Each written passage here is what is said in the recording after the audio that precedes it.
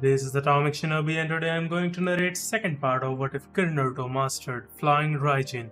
If you enjoy this video, please like, share and subscribe to this channel. Not wasting no more time, let's start the story. So Sasuke, what do you think about Naruto and him having that scroll?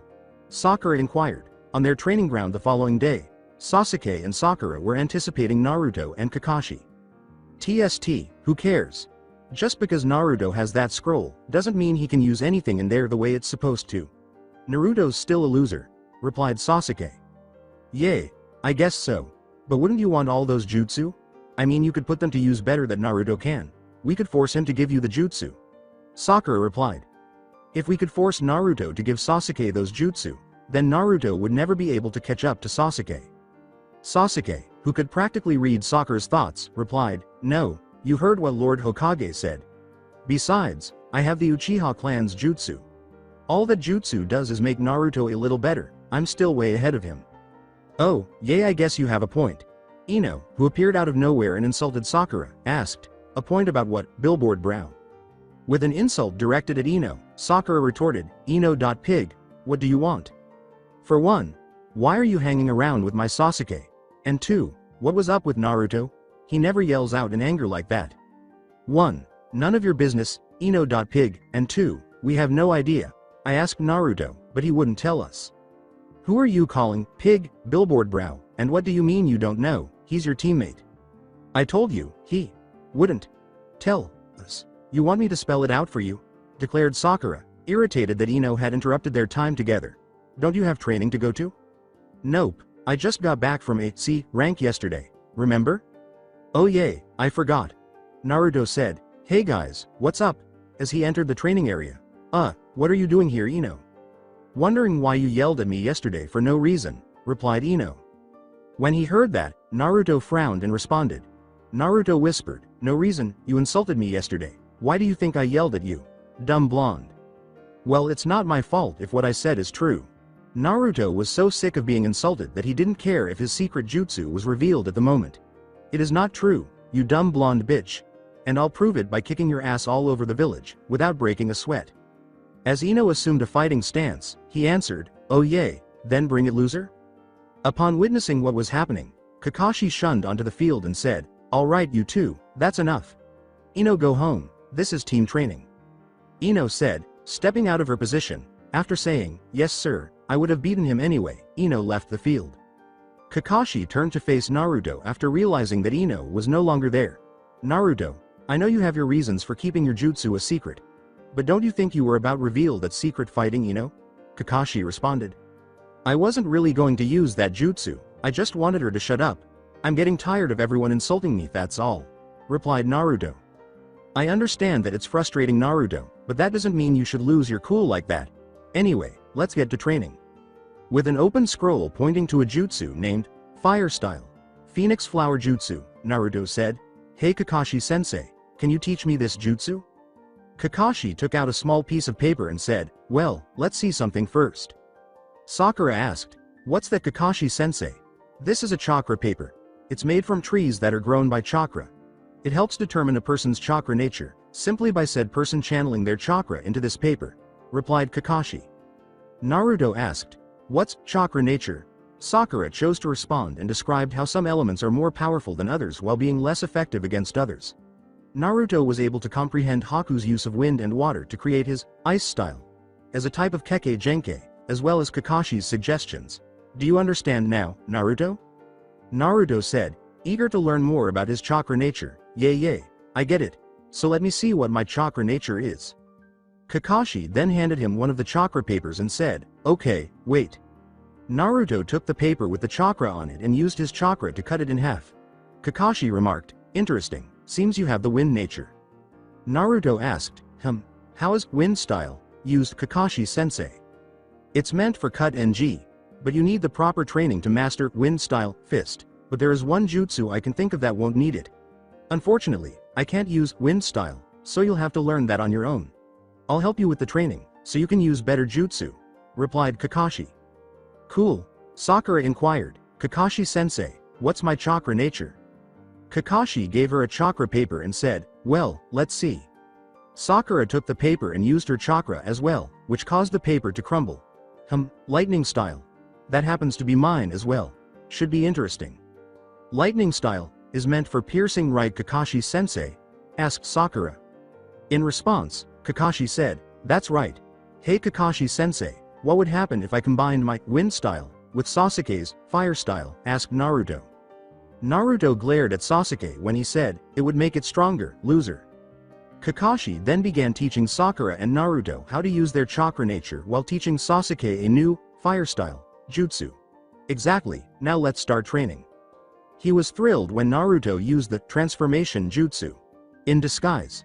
Not only had he begun training for wind-style jutsu a few days prior, but he was also on the verge of going on his first date with Hinata. In order to identify one another, they were able to meet and decide on disguises. Naruto had chosen to wear khaki pants, a light blue collared shirt, black spiky hair, and the standard ninja sandals. His eyes remained the same, but he used jutsu to conceal the marks that resembled whiskers. Naruto arrived where he was going. Thanks to his and Hinata's disguises, Naruto wouldn't have to worry about anything because no one would be ogling them at the best tea house in the village. Naruto waited because he knew he was early, and 10 minutes or so later he saw her. Naruto said, hey Hina, wow, you look great. Hinata was dressed in a knee-length, pink, sleeveless dress with a tiny leopard design on the front. She was wearing a black shirt underneath and a black belt that was about 4 to 5 inches wide. In contrast to Naruto, Hinata had to alter the way her eyes looked or else she would run the risk of being discovered. She made the decision to make her eyes as deep red as her sensei's. In addition, she wore her usual ninja sandals with her long brown hair. Hinata, who goes by Hina on dates, blushed and said, Thank you, hero. Naruto nervously held out his arm and asked, so are we gonna go in? With her hand resting on Naruto's forearm and her arm hooked nervously in Naruto, Hinata answered, why, yes. Good evening, just the two of you tonight? A young waitress with brown hair asked. Yes. Naruto, hero answered. The waitress said, okay, follow me. By the way, you two make a cute couple. The bushing couple replied, Thank you. The waitress gave them the menus after guiding them to a couple's booth by the window. What would you like to drink? Hinata said, I'll have a peppermint tea, please. Naruto, hero said, and I'll have the same, thank you. The waitress then departed to fetch their drinks, saying, okay, I'll be right back with your drinks. Naruto, hero asked, so, have you had a C-ranked mission yet, Hina? Yes, we escorted a CA caravan of M merchants the border of the L land of C, replied Hina. And so they kept asking each other about each other's missions throughout dinner. They were on top of the Hokage monument later that night in their actual appearances, dressed as previously described. While holding Hinata's hand, Naruto inquired, so, how'd you manage to show you for our date? Hinata nearly missed Naruto's question because she was blushing so much while holding Naruto's hand. Sorry. K. Kurenai-sensei asked my father if I could spend the night with her too. Tonight. It was her idea to have me wear this doctor dress. Hinata said with further blushing. Naruto said, really, wow, she's good. That dress really looks great on you. Really? Hinata inquired. She thanked Naruto when she saw him nod. Thank you, Naruto. Naruto sighed after a while, reflecting on what he had learned only days earlier, and said, no problem. With a sigh, Hinata noticed a change in Naruto's expression and said, is something wrong, Naruto? Sigh. Naruto replied, it's just something I learned a few days ago, that's all. Does it have something to do with why? You yelled at Ino. No, I was angry before that happened. I only yelled at her because she insulted me when I was angry at the old man. Why? You mean Lord Hokage? Why? He told me that he didn't know who my parents were, but he lied. He knew the whole time. When I found out who they, and that he and Kakashi-sensei knew, I just got so mad I just had to confront him. Gasp. I can't believe they would keep that an secret from you. Sigh. I know, but he didn't tell me because people would have been in denial and might have tried to kill me or cause a civil war. Or my parents' enemies would go to war just because I'm their son if anyone found out. WH. Who were they? The old man doesn't want me telling anyone, unless I absolutely trust them not to tell anyone. I didn't tell my teammates, because I don't trust them that much. But I do trust you, Hinata. So you can't tell Kurenai sensei either, I need to trust her first, okay? Oh. Of course, N. Naruto. I understand. I know, Hinata. Well, my mom's name is Kushina Uzumaki, and my dad, well, he's Minato Namikaze. I'm sure you heard of him, hee hee. Gasp. Yo. You mean the fourth Hokage is your father? Hinata simply couldn't believe it, but she couldn't deny Naruto's resemblance to the fourth Hokage because she had seen images of the fourth in their school textbooks. With his free hand behind his head, Naruto remarked, "Yay, kinda hard to believe, huh? Hee, but it's true." Hinata expressed her genuine happiness for Naruto by saying, I never expected that Naruto. But it's great that you know WH. Who your parents are. I'm happy for you, I really am. As Naruto put it, I know, Hinata.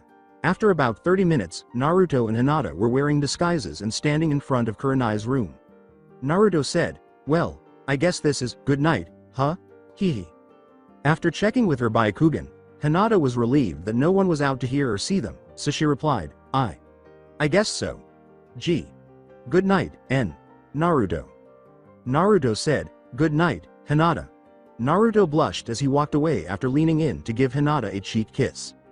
Hinata's blush was so intense that it paled in comparison to all of her earlier blushes.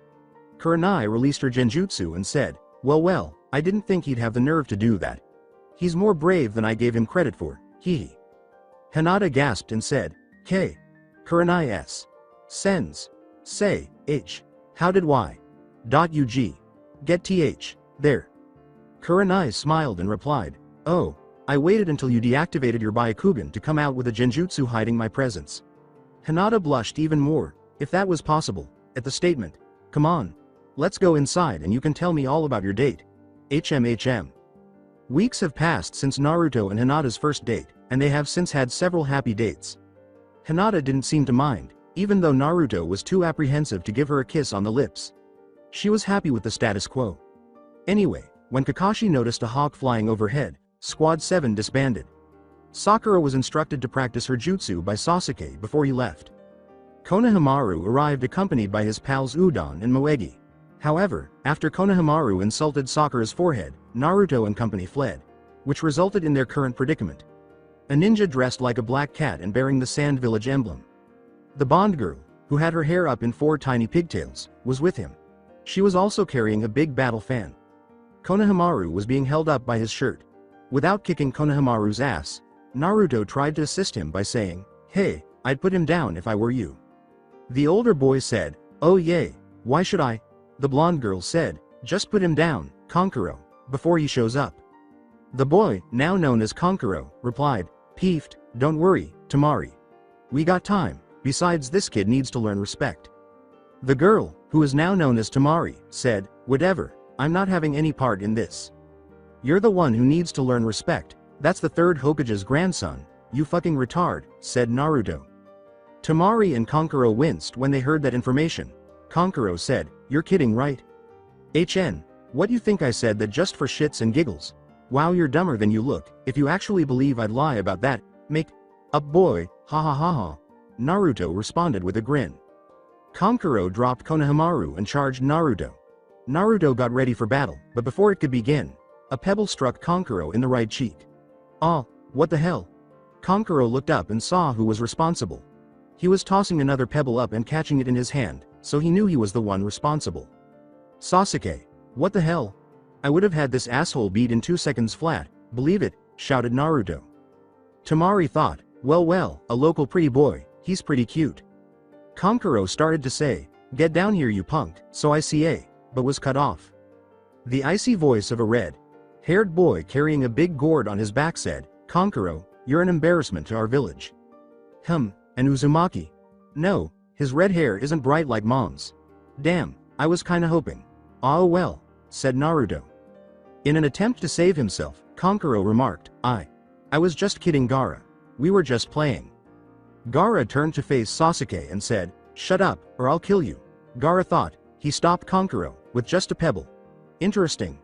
Gaara was shunned by his siblings and teammates. Let's go. Sasuke jumped down from the tree and said, "Hold it, what business do you have in the Leaf Village? And what's your name, redhead?" All three turned around, but Gaara was the only one to respond. "We're here for the Chunin Exams. As for my name, it's Gaara of the Desert. I'm curious about you as well, what's your name?" "It's Sasuke, Sasuke Uchiha."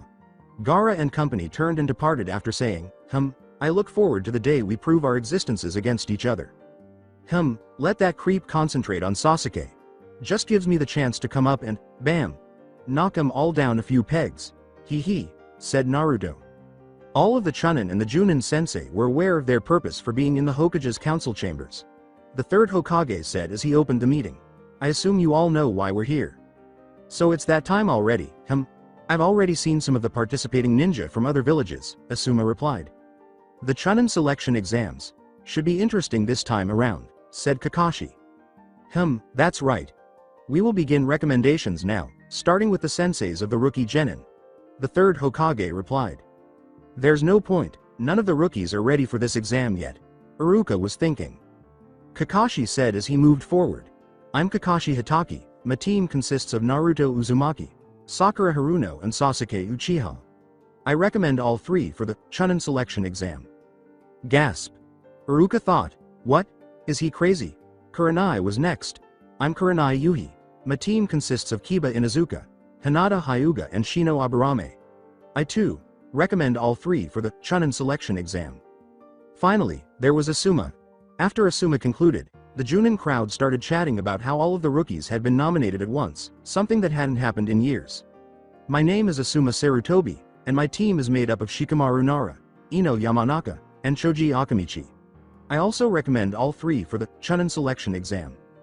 "Hold on, Lord Hokage, excuse me, but there is no way those rookies are ready for the Chunin exams. I would know, I've taught all of them when they were in the academy. I know their strengths and weaknesses better than anyone." Iruka, worried about them all but primarily Naruto, was worried as well. In an attempt to allay Iruka's concerns, Kakashi said, "I know you're worried, but they're not your students, they're our soldiers, so we know their strengths and weaknesses. Besides, I was half Naruto's age by the time I took the exams. Unfortunately, it didn't work." Iruka yelled angrily, "Naruto is nothing like you. Are you trying to get them killed?" "Look Iruka, you are highly underestimated." Kurenai interrupted Kakashi, saying, "Okay, Kakashi, that's enough." "On the contrary Kurenai, he needs to hear this. Now as I was saying, you're highly underestimating our students. If you don't give them room to grow, how do you expect them to ever succeed? Besides, you're mostly worried about Naruto, right? Well, Naruto is stronger than you would expect. Just trust me on this Iruka," replied Kakashi. A man with a bowl cut, dressed in green spandex, orange leg warmers, and the classic Leaf Village flak jacket, said, "Maybe he's right Kakashi. I let my squad wait an entire year, so they can mature and gain experience." "Well, that may be fine for your students guy, but not mine. They've changed, more than you could have imagined. Well, more like sooner than you could have imagined." "Alright, that's enough. Iruka, I understand your concern, but you should trust the Junin sensei training your former students. Now let's continue with the recommendations." Why does Kakashi sensei always ask us to show up so early, yet he doesn't show till hours later? Sakura was upset. Sakura said, "I mean come on, I didn't even have time to brush my hair." Despite the fact that she only had a few curls in her hair. Queen of drama. Naruto praised Sakura's hair and said, "I think it looks good." "Shut up, Naruto. No one asked you." Poof. 2 hours later, Kakashi arrived and said, "Yo. Sorry I'm late, I got lost on the path of life." Sakura and Naruto yelled, "Liar," knowing it was a lie. Kakashi held up 3 application papers and said, "Well, I know this is sudden, but I just recommended you 3 for the Chunin exams."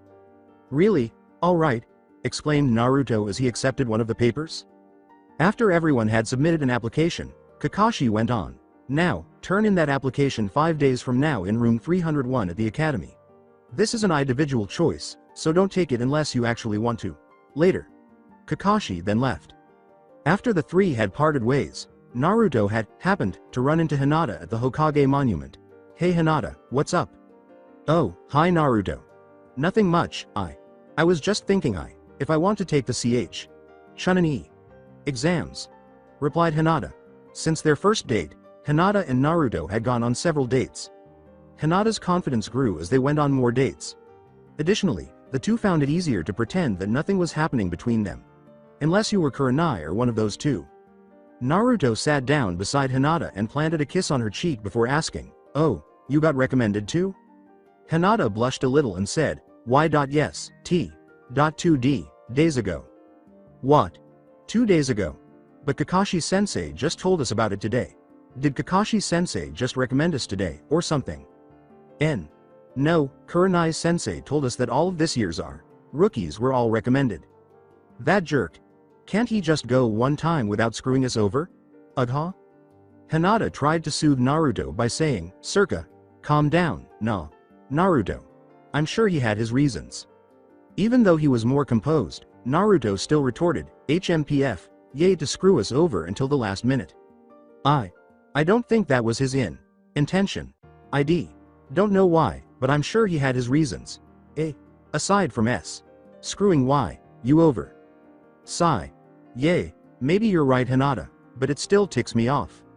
"I know, but like he says, you have to look underneath the underneath. HN, yay, you're right, so why are you worried about taking the Chunin exam?" replied Naruto. I'm just worried that I may not be good enough to take the exams. I've never really been that good, according to father and the clan elders, replied Hinata. Naruto exclaimed, "What? That bullshit, Hinata," louder than he intended. Hinata was startled and jumped. "I mean, with what you told me about the gentle fist and Byakugan, you'd be totally awesome. Believe it." But my cousin is participating as well, and he's called the most gifted of the Hyuga clan. If I fight him, I'll lose." "So that's it, it's your cousin you're worried about. Look, Hinata. You're better than everyone thinks, I guarantee you that. You just need more confidence in yourself, that's all." Hinata questioned, "Why? You think so, Naruto?" The fact that Naruto had such faith in her made her flush, but she couldn't help but question herself. She turned her head to face Naruto, who put his hand on her other cheek. Naruto reassured her and gave her another peck on the cheek, saying, "Of course I do, Hinata.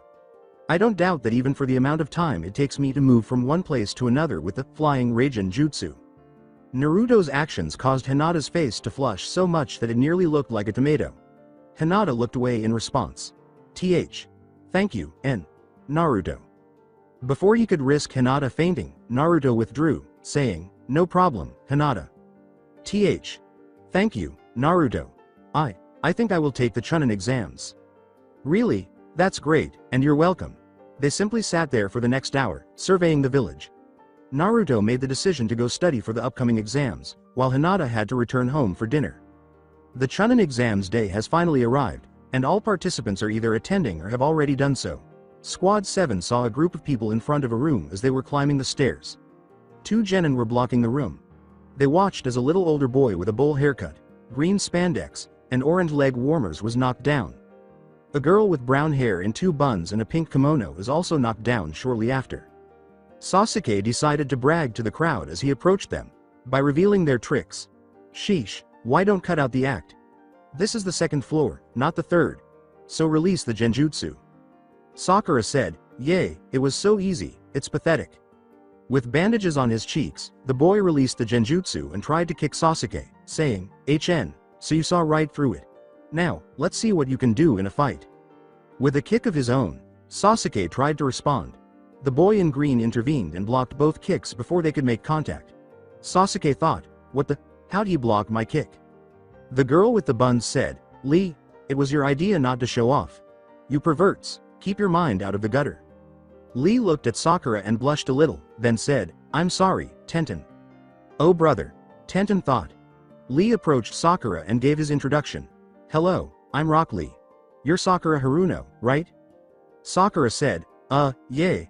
A little interested to see where this was going. He said, "Please, be my girlfriend."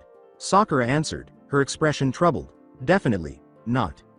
Lee, who was shocked to be turned down, questioned, "Why?" "Because you're a weirdo."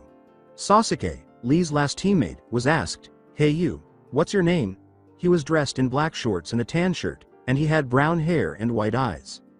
Arrogantly, Sasuke answered, "It's common courtesy to say your own name first, before asking someone else's." "You're a rookie, right? How old are you?" Sasuke turned around and left with his teammates after saying, "I'm not obliged to answer." Neji thought, "Why, that haughty little HMHM, kinda cute." Tenten's thought. Neji said, "HMPF, let's go you too." Lee replied, "I'll catch up, there's something I want to see." He then trailed behind Sasuke. Lee said from the balcony, "Hey you, with the attitude, hold on."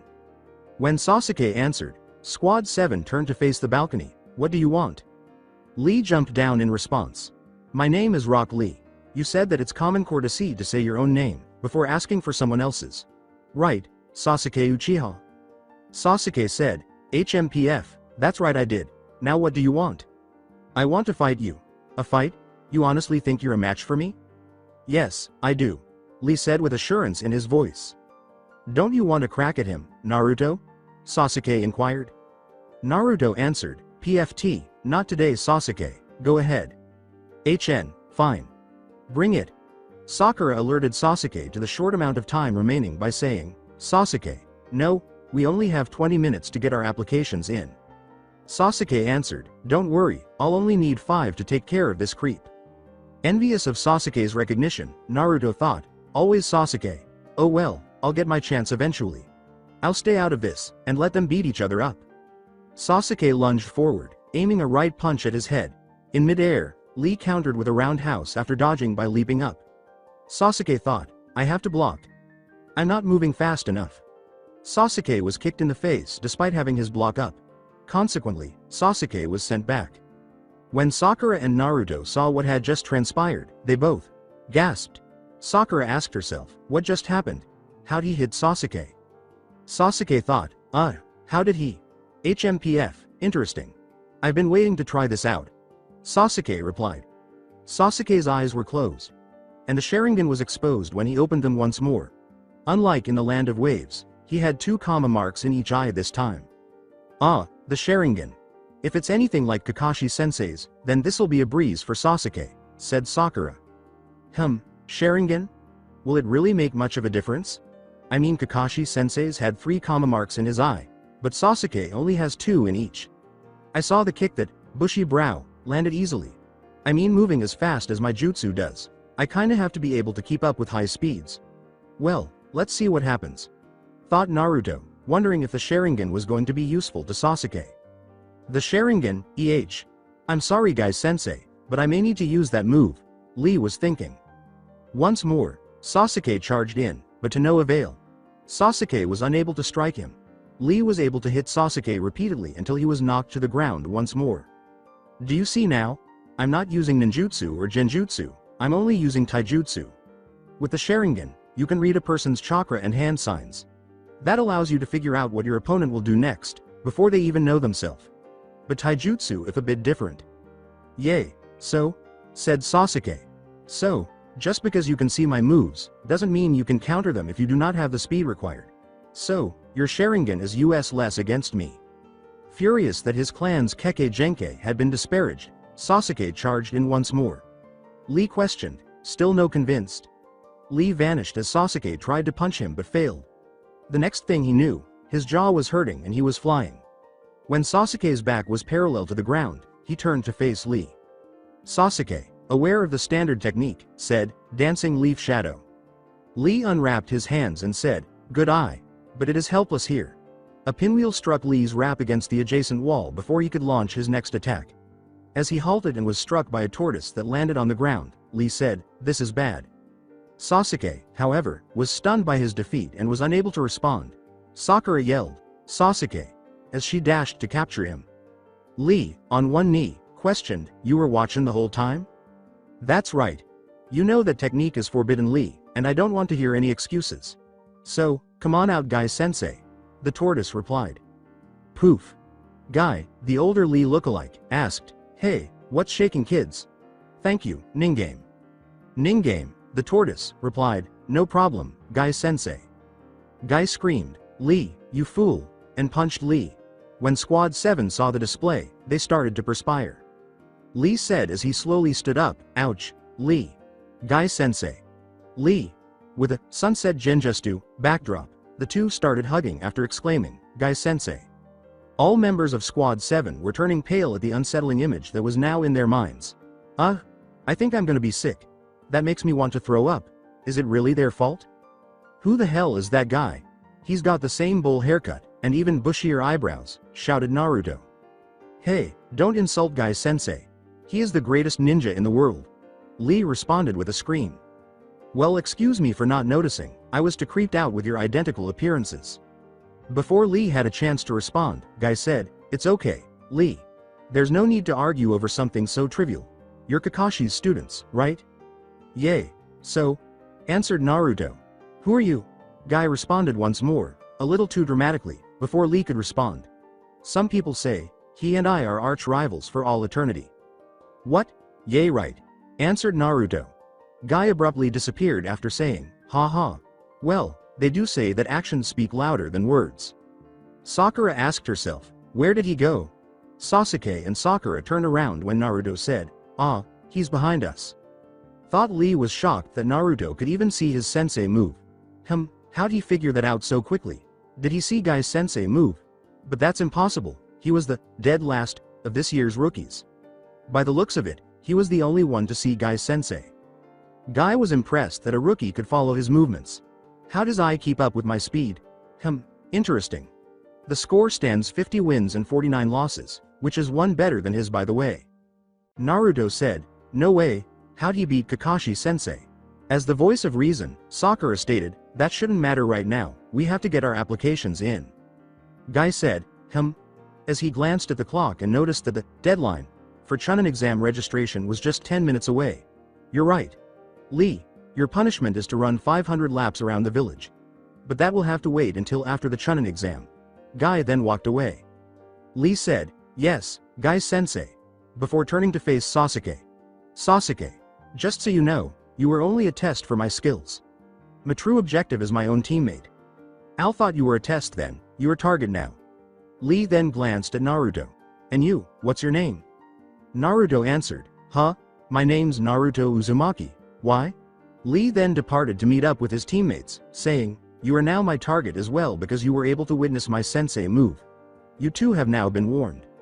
Naruto, how'd you manage to keep up with that speed? Replied Sakura. Well, I've been training with my jutsu, that my eyes kinda adjusted to high speeds. But I can't react to it without my jutsu thought. Replied Naruto. Sakura said, oh, that makes sense. Anyway Sasuke, you know why you lost right? I mean you saw his hands. He probably trains every day until he drops, that's all, Naruto replied. With a keen interest in the outcome, Sasuke asserted, this is getting exciting. It's like all the best are here, waiting to test us out. Should be fun. Standing in front of room 301, Kakashi said, I'm glad you came, Sakura. What are doing here, Kakashi-sensei? And what do you mean? Asked Sakura. I mean that if you decided not to show up, I'd have to turn Naruto and Sasuke away. Squads can only enter this exam in teams of 3. Al thought I said it's an individual's choice whether or not to take the exam, which is true. I didn't want Naruto or Sasuke persuading you in any way. I wanted you to make that decision on your own. Well, that's all pointless now anyway, you're all here. Go on in, and, good luck, explained Kakashi. All 3 said, right, and went through the double doors to room 301. Sakura lost her composure when she saw how many people were in the room and exclaimed, whoa. I had no idea that there would be so much competition. Sasuke. Ino jumped on Sasuke's back and yelled, I haven't seen you in ages, I missed those broody good looks of yours. Sakura yelled, hey, porker, let go of Sasuke now. Oh, forehead, you're still here, I'm surprised they let you in the exams. Ino simply stuck her tongue out at Sakura, saying, leave my forehead out of this you pig. As he moved to stand beside Choji, Shikamaru said, so, it's you guys. Great, more competition. Naruto taunted Shikamaru by saying, hey, it's the 3 Stooges. They let you guys in. Say what? You know something you little. Never mind, you're not even worth the breath, replied Shikamaru. As he approached his teammates, Kiba said, so, the rookie 9 together again huh? Shikamaru said, you guys too. Oh man, what a drag. Looks like sure thing, at least for those of us good enough to make the cut. Right, Sasuke? Replied Kiba. Sasuke replied, HMPF, don't get too confident, Kiba. HMPF, we've been training too hard to lose to you guys. Mildly annoyed that Kiba was underestimating him, Naruto screamed, what do you think we've been doing? You don't even know what training means, asshole, always acting like he's the best. I hope I get to kick his ass in these exams too. Acting as though she had never dated Naruto, Hinata said, sorry, Naruto. He didn't mean it like that. Naruto asked, huh? Blushing, Hinata turned her head away. Kiba turned to face Hinata and noticed that she was flushed. Damn that Naruto. What does Hinata see in that idiot? Kiba was thinking. An older boy in purple with a white sash and glasses said, hey, you guys are rookies, right? You should keep it down, otherwise you'll make yourself a target. His hair was silver, too. Who are you? Ino asked. I'm Kabuto Yakushi, but you might want to look around. Everybody is on edge. Those guys behind you are from the Hidden Rain, very touchy. You don't want to get on anybody's bad side. Replied Kabuto. Well, I can relate. I was the same way when I was a rookie. So I'll help you guys out a bit. Sakura asked, how many times have you taken the exams? Since they're held twice a year, this'll be my 7th time. Anyway, I got some ninja info cards. I got info on nearly everybody, it's not complete but still should help, replied Kabuto. Think you can show me the info you got about a few people? Asked Sasuke. Sure, who do you want to know about? Give me a description, where they're from, anything, replied Kabuto. Sasuke pointed to Naruto with his thumb and remarked, there's Gaara of the desert, Rock Lee of the Hidden Leaf, and just for the hell of it this idiot right here. Hey, Naruto exclaimed. Kabuto then took 3 cards out of his stack and held them up, saying, oh, that's easy. Here they are. Show them to me. First, Rock Lee. He's a year older, and this is also his first time taking the exams. He's completed 20 D and 12 C ranked missions. His sensei is Might Guy, and teammates are Tenten and Neji Hyuga. In the past year his taijutsu has increased dramatically, but his other skills are sketchy. Next is Gaara. His skills are unknown, since he's from the Hidden Sand. He's completed an unknown number of D rank, but has 8 C ranked, and get this A, B ranked as a genin. And he came back from EV mission without even a scratch. A, B rank as a genin, and he's never been injured. No way. Shikamaru replied. No way am I going to mess with that guy. Now, Naruto Uzumaki. 7 D and 1 C turned A ranked, along with you and Sakura Haruno. Sensei is the famed Kakashi Hitaki. The copy ninja skills aren't the most impressive out there, but it says that he's the only one of you to land a hit on a rogue Junin from the Hidden Mist. Zabuza Momochi, one of the 7 ninja swordmen, aka as the demon of the Hidden Mist. What I don't get is how rookie genin with negligible skills managed to hit an experienced Junin. Finished Kabuto, curious how Naruto had achieved such a feat. Ino and Kiba both yelled, what? That loser hit a Junin? Yay, right, simultaneously. Sakura responded, that's a good question, even we don't know how. Ino exclaimed, what? You mean that's true? Incredulous that someone in Kill Me Orange could strike a Junin. The majority of the room was now staring at Naruto. Thankful that Sakura helped hide Naruto's secret, Naruto replied, well, I was a prankster in the academy. So if a Junin underestimates me, even they tricks can fall for my tricks. Hee. Kabuto pulls out a card with a map on it and says, anyway. Leaf, sand, grass, waterfall, rain, and sound. They all sent participants to this year's Chunin exams. In all the years, I've never seen a group with such exceptional skills. This'll be the hardest exam I've been in yet. Almost sounds like it's enough to make you lose your confidence, Hinata replied. Yay. But the Sound Village is new, there's not much known about them. They're small, and are a mystery, Kabuto replied. If only I was as confident as I sounded when I recommended them. I mean, even the cockiest of them should be nervous. Kakashi reflected. I'm Naruto Uzumaki, and I'm gonna beat every one of you. Believe it, Naruto screamed. Or not. Haha. Sakura put Naruto in a headlock and screamed, Naruto, you jackass, do you have to make us a target? The spiky black-haired sound ninja said, did you hear what he said? He said the sound was small, a mystery. The bandaged sound ninja replied, yay, I heard. What do you say we give him some info? The long-haired sound Kunoichi said, yay, let's go. Sakura let go in the interim and started giving Naruto lectures. Naruto prepared himself in case he saw any movement among the other contenders. The spiky-haired ninja leapt and hurled 2 kunai in Kabuto's direction.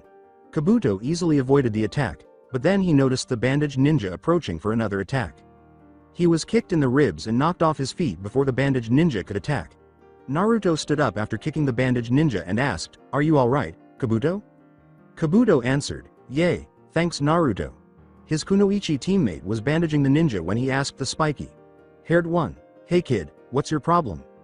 "I could ask you the same thing. Attacking a fellow leaf ninja of ours is a big mistake," responded to Naruto. "Looks like he's about as good as you claimed, Lee," Neji replied. Lee replied, "Yes, perhaps better." Poof. A tall man in a black trench coat said, "Okay, that's enough. You 3 from that sound, do you want to get disqualified before the exams even begin?" He spit out, "What? What about him? He was defending a comrade from an attack, though the warning goes for everyone. I'll say this once. There will be no fighting, unless a proctor specifically allows it. And even then, there will be no killing," replied the individual. "Now, I am Ibiki Morino, your proctor and your worst nightmare. Alright, squads will line up. Once you hand in your applications, you'll be given a number. That number is where you'll all sit for the written exam," said Katetsu, a Chunin. "Who did it? WR. Written test. No, funny."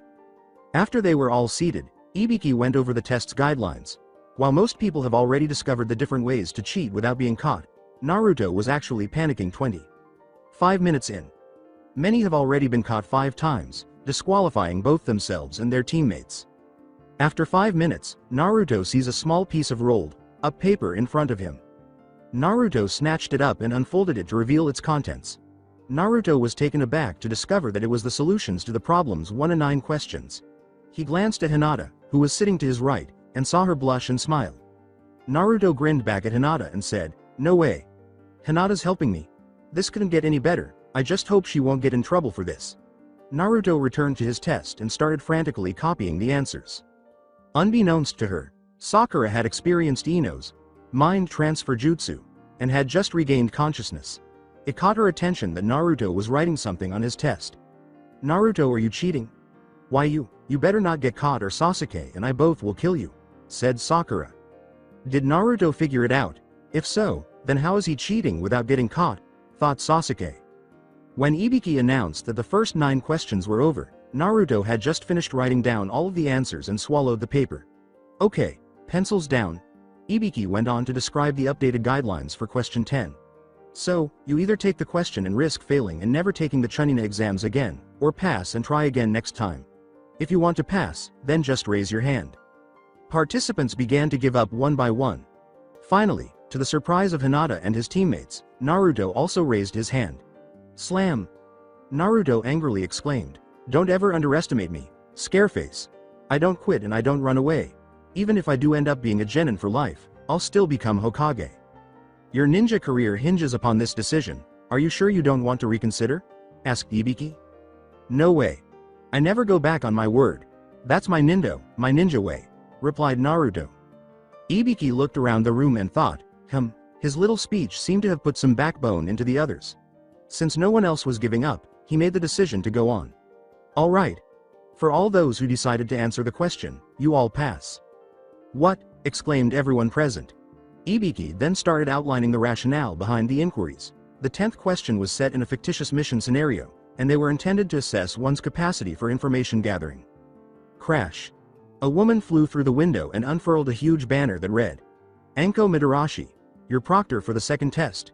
Don't start celebrating yet, maggots." Ibiki, you let 78 genin pass? You've gotten soft, said Anko. Or maybe, there's a better crop of participants this time around, Ibiki responded. Sure doesn't look like it. Well, either way, there will be less than half by the time I'm through with them. Less than half. Alright. That's all for today. I'll let your squad leaders know where you'll be meeting at tomorrow morning. See ya then.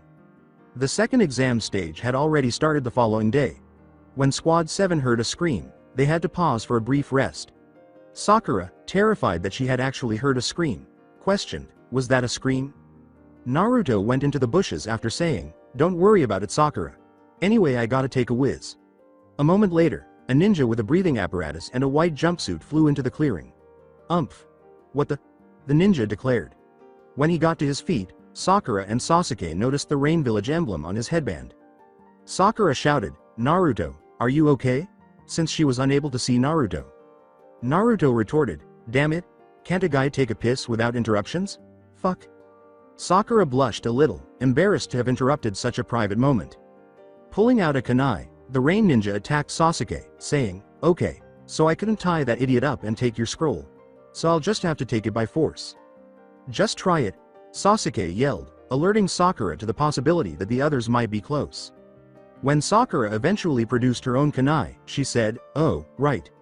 Sasuke launched a counterattack after drawing his own kunai. After a few instances of locking up, Naruto finally entered the conflict. Having his kunai ready, Naruto jumped out of the bushes and yelled, "Alright you asshole, payback time for interrupting me while trying to piss. Shit. This isn't good. I came without back, so I wouldn't raise suspicion. Big mistake." Naruto leapt in front of him and stabbed him in the shoulder, saying, "Not so fast, you damn pervert." After stealing Naruto's kunai, the Rain Ninja exclaimed, "Ah, you'll pay for that." When they were by themselves, Sasuke questioned Naruto. "Naruto, he could have led us to his teammates. Did that kunai have a seal on it?" "Hee, yup. Just have to wait till it's dark, and we'll get him," replied Naruto. Good job loser. "Shut up, bastard." After noticing that they were listening, Sasuke went on, "Alright. Just in case someone tries to disguise themselves as one of us, we'll need a password. Alright. When someone asks, when does a ninja strike? The answer is, a ninja waits till the time is right, when his weapons lie forgotten in the stillness of the night, that is the time for a ninja to strike. Got it?" Sakura said, "Yep." Naruto said, You got one a little shorter? Come on.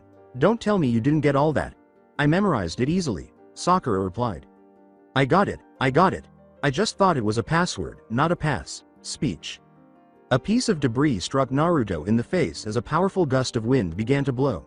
Naruto yelled, realizing it was a jutsu. "Watch out. It's a wind-style jutsu." "Ooh-ah. Ugh, damn it. When I find the person who used that jutsu, I'm gonna kill them," said Naruto. Naruto encountered a gigantic snake as soon as he got to his feet. Ah, shit. Naruto was struck by the snake. After avoiding it, Naruto started to make hand signals. "Wind style. Fantastic jutsu breakthrough," Naruto shouted. The snake was knocked back a few meters by the jutsu strike. Naruto said, avoiding another blow, "Oh crap, I thought that would do more than that. Whoa. Damn it. Looks like I have to use that jutsu, but I haven't mastered it or the training yet. Yikes." Naruto continued to dodge blow after blow. "Ah, fuck it. Wind style. Wind blades jutsu." The snake was struck by invisible wind blades, but sadly, it only sustained minor wounds. A frustrated Naruto exclaimed, "Ah, you gotta be kidding me," at the snake's superiority. Naruto was growing weary of avoiding the snake all the time. He was aware that the snake would follow him and cause issues for his team if he didn't stop it here. After searching for a solution for a long time, Naruto finally found one. Shadow. Clone jutsu. I got it. Naruto produced a single shadow. Clone. He grabbed the snake and hurled his clone down its throat. Within the snake shadow. Clone jutsu. Alright, Slitherpuss, it's time to say goodbye. Hundreds of shadow clones materialized from inside the snake, enlarging it until it simply exploded. Going back outside, Naruto said, "Alright, it's time to return to the other." Thud. Thud. Thud. Thud. Naruto arrives just in time to halt the grass kunoichi in her tracks. "Hey guys, y'all miss me?" he asks. Sasuke warned Naruto of the ninja's strength, yelling, "Naruto, get out of here. We're way out of our league here." Naruto made hand gestures and yelled, "Oh, shut up Sasuke. Wind style. Fantastic jutsu breakthrough." Crack. The grass ninja was caught off guard by the jutsu's blow, which caused her to break through the branch. On another branch, the ninja landed upright. She yelled as she glanced up at Naruto.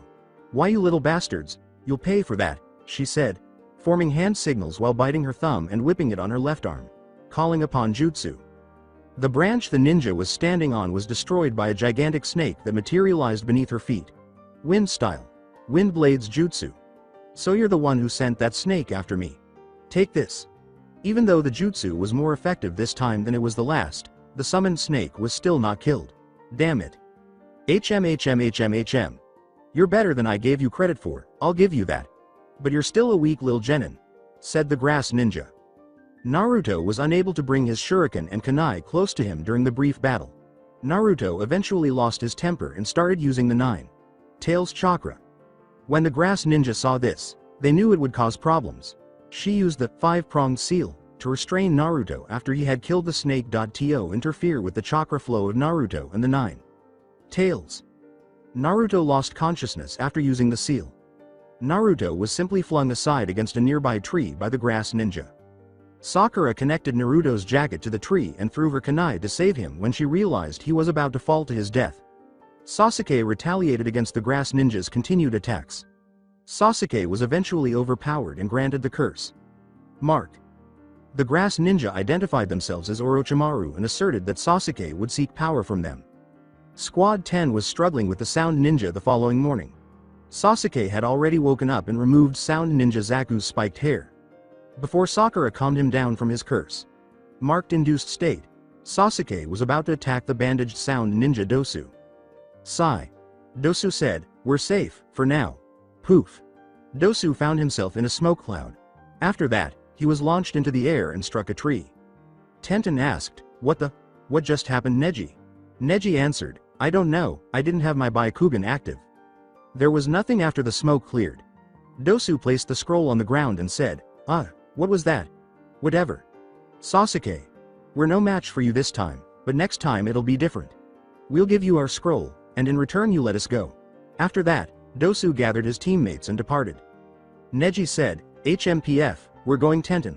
The Tenten said, "Right." They departed after Tenten seized Lee and gave him a stern lecture about his carelessness. Soon after, Squad 10 departed as well, leaving only Squad 7 remaining. Sigh. Sakura said, "This isn't good. What should we do, Sasuke?" "What do you mean? We've got both a heaven and earth scroll, don't we?" asked Sasuke. "No, that fake grass ninja said his name is Orochimaru. He burned our heaven scroll," replied Sakura. "Hey guys. Maybe if that rain ninja still has my kunai, we can take their scroll if it's the one we need," said Naruto. "That was the original plan. Alright, we'll wait for tonight, and hope they have the scroll we need. For now, we need to rest. We might have to fight for it," replied Sasuke. The plan from last night worked out well. With a scroll for both heaven and earth, Squad 7 was now en route to the tower. Although the rain ninja was awake, they were swiftly subdued because they were shocked by the unexpected appearance. What was that?" Sakura inquired. Sasuke answered, "Doesn't matter, it doesn't concern us. But what if it's a fellow leaf ninja and they're in trouble? It's not our problem, it's every man for themselves in this stage." "Sasuke, you bastard. You guys go. I'll catch up. Just throw the kunai after you enter the tower, but make sure you're alone first. Later." Naruto replied. Then he went out to see that scream. He does know that we can't enter the tower without him, right?" asked Sakura. "Obviously not, we'll wait for him at the tower." Wind style. Fantastic jutsu breakthrough. The bear was knocked unconscious by the force of the jutsu. Naruto landed in front of the bright red-headed girl and asked, "Are you alright?" She picked up her glasses and put them on in response. "Yes, thank you." "Wait. You're that loud-mouthed kid from the first stage of the exams." Naruto said, "Yeah, my name is Naruto. What's yours?" She answered, "My name's Karen. What's your last name?" "How should I know? I'm an orphan. My village was destroyed about a year ago. I survived because I could sense a lot of people coming." "Really? That's pretty cool. So where are your teammates?" "The bastards abandoned my once they saw the bear. Doesn't matter to me anymore." "Well, maybe you come with us. I mean, I'd like to get to know my cousin a little better, hee." Karen questioned, "What do you mean, cousin?" With his hand behind his head, Naruto answered, "Well, my last name is Uzumaki. And most Uzumakis have bright red hair like yours. My hair came from my dad, so that's why my hair isn't red, hee." Thanks but no thanks. I won't betray Lord Orochi, never mind." "Orochimaru? That bastard, you serve him? He attacks me and my teammates the other night. I might not know much about him, but I do know he's bad news." Karen clarified, "He was one of the legendary Sannin of the Leaf." That means he's a traitor. He'll probably betray you someday too. I wouldn't trust him if I were you," warned Naruto. "I find that hard to believe, just like your story about us being related." In the hopes that she would leave Orochimaru's services and join him in the Leaf, Naruto clarified, but it's true. The Uzumaki clan came from the land of eddies. It's the Uzumaki symbol on the backs of the flak jackets of the Leaf Ninja. And the land of eddies is about 20 miles northeast of the land of waves, since the country was destroyed in one of the past wars by their enemies. The Uzumaki clan was awesome at sealing jutsu too. Karen was lost in her thoughts, unsure of what to believe. After her village was destroyed, Orochimaru discovered her and took her in. Uncertain of whom to believe, Karen wondered, was that just a coincidence? Or was that Orochimaru's doing? I can't just ask Orochimaru about that, he could have me killed. What should I do? She may have lost her life because of the person who took her in. Or this boy who said he was her cousin and who appeared to be protecting her in the same way that family would. She finally decided, for the time being. Sorry Naruto, but I have to stay with Orochimaru for now. He would kill me if he even thought that I considered betraying him. But I can find a way to get you information on his movements, when I find the chance. But if I find out that you're pulling me around, I'll kill you. Got that? Said Karen. Sure. Fine by me. Although I wish you'd just come with me, we'd be able to protect you, replied Naruto. Maybe, but I'm playing it safe the way I think is best for me. If I find out you're right, I'll find a way to contact you. Should that be necessary, I'll need your help to save me. Got it? Hey, you bet. Anyway, I guess I'll get going. See you around, bye cuz. Two large hands formed the Ram hand sign, and 7 squads were gathered in a room with a balcony running the length of it. In front of them, on a small raised platform, stood the Hokage and the Chunin senseis of each squad. The third Hokage started out by outlining the origins and rationale behind the Chunin exams. How they serve as a stand-in for conflict between friendly countries. Hayate Gecko showed up and asked to explain before the third could inform them about the third and final test. After receiving approval, Hayate turned to the genin and informed them that a preliminary round was required. Hayate questioned if anyone wanted to quit right away before starting the preliminary steps. Just one person made the decision to resign. Kabuto Yakushi resigned, saying he was too exhausted and hurt to go on. The players for the 7th match will be selected shortly after the 6th match is finished. In the first match, Sasuke faced Yoro Ikado, Kabuto's teammate. Sasuke's Lion's Barrage won the battle even though his chakra was absorbed. Sasuke was allowed to watch the remaining tests because his curse mark was sealed on the 3rd day of the 2nd test. The 5-pronged seal, as well, was removed from Naruto, causing his chakra to stabilize. Shino Aburame and the sound ninja Zaku Abumi faced off in the 2nd match. By inserting his insects into Zaku's wind tunnels, Shino easily defeated him. Zaku ended up blowing his arms off as a result. In the 3rd match, Kankuro of the Sand faced Masumi Tsurugi, another teammate of Kabuto. Masumi wrapped himself around Kankuro as if he had the match. Regretfully, the enormous wrap obscured Kankuro. Kankuro had his puppet wrap itself around Masumi and imitate her attack. In order to avoid having all of his bones broken, Masumi gave up. Sakura vs Ino, Match 4. Since the game ended in a draw, neither team advanced to the championship game. Match 5. Temari of the Sand vs Tenten. They were both long-range combatants. Temari's wind-style jutsus were impervious to Tenten's attacks, despite her expertise in weapons. Temari made Tenten's situation worse. Tenten landed on top of Temari's enormous fan with her back, already holding the match. Following some taunts from Temari and Gaara directed at Lee and his sensei, as well as a warning from Guy about Lee's skills, the preliminary steps proceeded. Shikamaru vs Sound Kintsuchi in the 6th match. Shikamaru links his shadow to Kin's even though he is affected by Kin's Bell Genjutsu. Shadow. Possession Jutsu. By Shikamaru. Trigger the release of Kin's Genjutsu. Then, by striking Kin's head against the wall behind her, Shikamaru caused her to pass out. As the screen scrolled through the names of the remaining participants, everyone's eyes were fixed on it. Kiba Inuzuka vs Naruto Uzumaki. Okay, it's my turn at last, exclaimed Naruto. Kiba exclaimed, Wahoo! Looks like we hit the lottery, Chikamaru. As if this would be a simple win.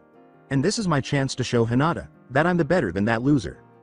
Standing on the ground, Kiba faced his teammates while Naruto faced the other way. Naruto chose to taunt Kiba because he was excited about the opportunity to demonstrate his abilities. Hey, this is gonna be easy. You might as well give up now, Kiba. When Kiba answered, a vein bulged on his forehead. That's what I was going to say, only not so nicely.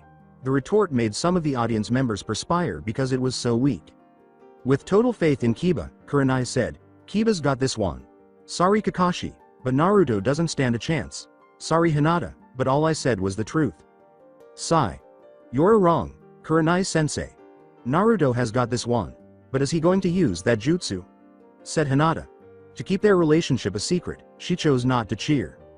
Knowing that he was correct, Kakashi said, "It's nice to have confidence in your student, but I'm afraid you're wrong. Naruto won't go down easy, if at all. But will Naruto use that jutsu, in front of everyone?" You seem pretty confident about that, Kakashi. Are you sure Naruto can back up your claim, my rival? Asked Guy. He wanted to know why he had such faith in Naruto, just like everyone else. Kakashi answered, "No doubt. Just watch for yourself."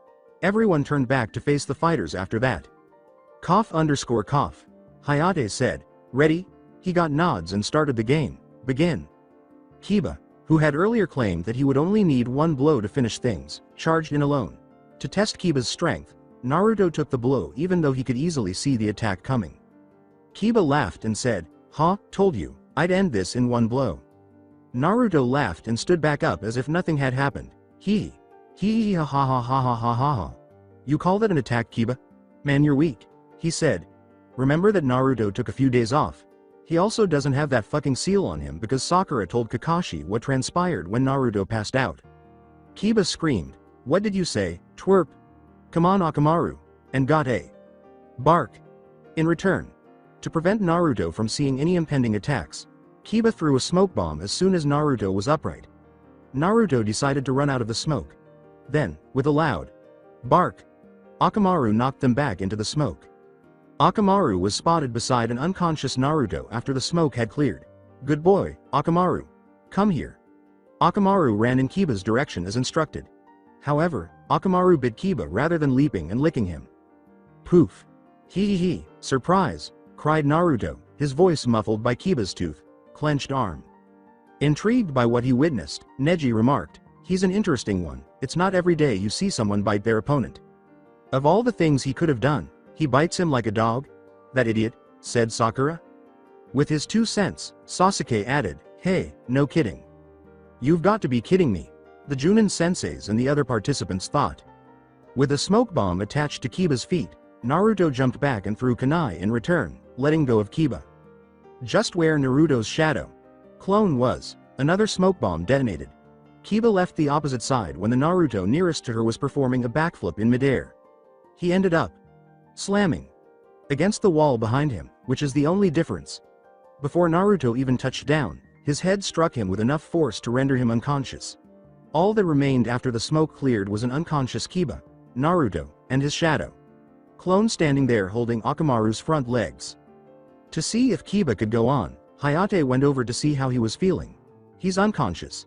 The winner is Naruto Uzumaki. Yahoo told you I'd win. All right, exclaimed Naruto, thrilled with his triumph. Good thing I placed that seal on him when I bit him. Hee.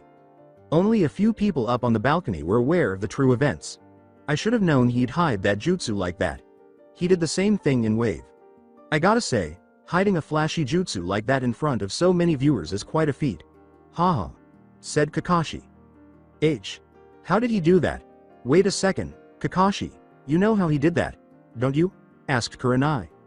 Yes. But just because I know, doesn't mean I'll tell you. It's Naruto's choice who he tells, and who he doesn't, replied Kakashi. She turned to face Hinata and saw that she was grinning as she looked down. Is this the secret that Naruto told Hinata? She asked. Taking that as a yes, Kurenai made the decision to speak with her about it at a later time. There's no way that Naruto knows something that could take someone out like that so easily, but he did something. What was it? And how'd he get his hands on something like that? Whatever it is, it's powerful. And I don't want to go against him if he has something that powerful. Shikamaru was thinking. The sand team on the other balcony was a little anxious about confronting Naruto. Gaara appeared more excited than concerned, or at least Temari and Kankuro were. What could have done something like that? There's no way that's possible, right? Said Temari. No idea. And if I ever find out, I don't want it to be the hard way, replied Kankuro. Naruto had returned to the balcony and positioned himself alongside his teammates. Sakura said, "Good job, Naruto." In an attempt to conceal his true relationship with Hinata, Naruto said, "Thanks Sakura, you wanna." Sakura screamed, "No," and turned Naruto away once more. Not bad, loser. I could have done it better thought. Sasuke replied. Shut up, Sasuke. Everyone's attention was drawn to the electronic board as it began to randomly select the remaining names. Neji Hyuga versus Hinata Hyuga. Hinata was severely bruised and battered. She was holding her torso due to the damage she had received, and there was some blood dripping from her mouth. Neji had tried to get her to forfeit the match by manipulating her mind. However, Naruto's tirade gave Hinata the will to fight. Despite her best efforts, she was barely able to touch him. Hinata kept fighting even after that. Never go back on my word, is her ninja way, she even stated, making Naruto and the others feel impressed. Hinata was currently on the ground. Knowing Hinata wouldn't be getting back up, Neji taunted, do you see now? It's pointless to keep fighting. You can't win. Hayate started, Hinata is unable to continue. Naruto yelled, don't stop this match, Sakura said, Naruto, she's unconscious. Can't you see that? In response, Naruto said, oh yay, look. Everyone was amazed by what they saw when they looked. Neji is among them. Hinata stood up and struggled to maintain her position. For some reason that only Naruto knew, she appeared to be holding a kunai with a smoke bomb attached. Rewind, the second test was the morning before. Near the Forest of Death, Naruto and Hinata were by themselves. Hey Hinata. Hey Naruto. How are you doing? Good, and you? I'm really nervous about this test. Naruto gave her a kunai with a smoke bomb attached and said, really? Then take this. The kunai has a seal on it that lets me use my secret jutsu. The seal will let me know when the kunai is in flight. So, I'll be able to help you out whenever you need it. Before leaving, Hinata gave Naruto a healing ointment and said, thank you, Naruto. Flashback termination. Why do you continue to fight? From the time of your birth, the responsibility of being the heiress has been forced upon you. You have always hated yourself for your own weakness, but people cannot change. That is destiny. Neji replied. You are the one who is even more twisted about the fate of the main and side branches of the Hyuga clan, so it's not true that I'm the only one suffering. Neji was furious and charged at Hinata, who dropped the kunai. Poof. 2 smoke bombs detonated, one from Hinata's kunai and the other from where Naruto was standing on the balcony. Neji was unaware of the smoke because he could see through it, but he was blindsided by the foot that appeared out of the smoke and struck him in the face at the last second. Neji flew in the opposite direction from whence he came, landing on his back and rolling a few more feet. After the smoke cleared, Naruto was standing in front of Hinata, glaring at Neji. Hayate and the Leaf Chunin senseis, minus Asuma, tried to stop Neji, but they were defeated by a kick, rather than a punch. How on earth was Naruto able to descend there before the Chunin? Having trouble believing Naruto's speed, Ino asked. He was the closest person to stopping Neji, and he even defeated the Proctor. Dude, what a drag, Shikamaru said. I would really rather not face him in the championship match. However, Shikamaru, you could use your shadow possession jutsu to capture him. Isn't that when he's still in the smoke? Choji asked. No, not that quickly. Shikamaru answered, I don't know enough to think of a counter plan. Back in the arena, Naruto was still glaring at Neji, who had gotten to his feet, bleeding a little from his left nostril and lower lip, and was glaring back at Naruto while using his Byakugan. Hinata had been taken to the hospital in the interim, asking, why are you meddling in something that isn't your business, you failure? Who are you to manipulate people with your mind? Your behavior was absolutely bullshit. All you are is a coward who uses the flimsy pretext of destiny and fate as an excuse. I can wait until the finals, even though I really want to kick your ass right now. And you'd better hope you avoid me, because you're going to be beaten to death. After saying that, Naruto returned to the balcony, but he avoided the other people so he could relax. Rock Lee vs Gaara and Shoji vs Dosu were the final 2 matches. Although Lee was one of the strongest competitors in the Chunin exams, he was unable to overcome Gaara's sand defenses, and Gaara crushed the bones in Lee's left arm and leg, adding to the injuries Lee had already caused with the inner gates. Shoji used his human boulder jutsu to charge Dosu, but he lacked the turning speed required to hit Dosu, and Dosu's sound amplifying gauntlet only took 1 blow before Choji was unable to continue. The 3rd Hokage informed the advancing 9 genin that they would be in front of the Hokage and Junin in a month. The genin then drew numbers from the box that Enko Midarashi brought to them, and the drawings looked like this. 8. Kinuta Dosu 1. Uzumaki Naruto 4. Uchiha Sasuke. 7. Tamari 5. Kankuro 3. Gaara 9. Nara Shikamaru. 6. Aburame Shino 2. Hyuga Neji. All right. Ibiki turned the clipboard around so that all of the genin could see who their opponent would be. Reveal the table, Ibiki, the third Hokage ordered. Match 1. Neji Hyuga vs Naruto Uzumaki. Match 2. Sasuke Uchiha vs Gaara. Match 3. Shino Aburame vs Kankuro. Match 4. Shikamaru Nara vs Dosu Kinuda. Match 5. TBD vs Tamari. Then, until the last rounds, the genin were discarded. Hi, Kakashi-sensei. Would you be able to assist me with my jutsu training? Naruto inquired. Kakashi answered, sorry, Naruto, but I'll be helping Sasuke. What? Come on, sensei. Why are you unable to assist me? Naruto shouted. Slow down, Naruto. Gaara is, in my opinion, a far more formidable foe than Neji. Gaara will kill Sasuke if he doesn't have my full attention, but I think you can defeat Neji. In addition, Kakashi clarified, I've already selected someone to train you while I train Sasuke. Really? Who? As he approached them, Ebisu declared, it is I. While they were at the hot springs, Ebisu told Naruto that he needed to practice controlling his chakras and that the water walking technique was the best way to get started. After perfecting the technique, Naruto saw a person laughing near the fence and said, hey, Naruto shouted, gesturing to an elderly man who was crouching and looking. Old man, are you spying there? Ebisu adjusted his glasses and said, I will not tolerate such ignominious conduct. A very large summoned toad's tongue knocked Ebisu unconscious as he charged towards the elderly man. Naruto shouted at the elderly man, hey, you knocked out my stand.in sensei, after confirming that his stand.in sensei was unconscious. You must accept accountability and train me in his stead. You're not serious, the elderly man replied, I don't have time to watch little brats. You're snooping on the girls across that fence, right? Naruto shouted. Oh no, why did you do that?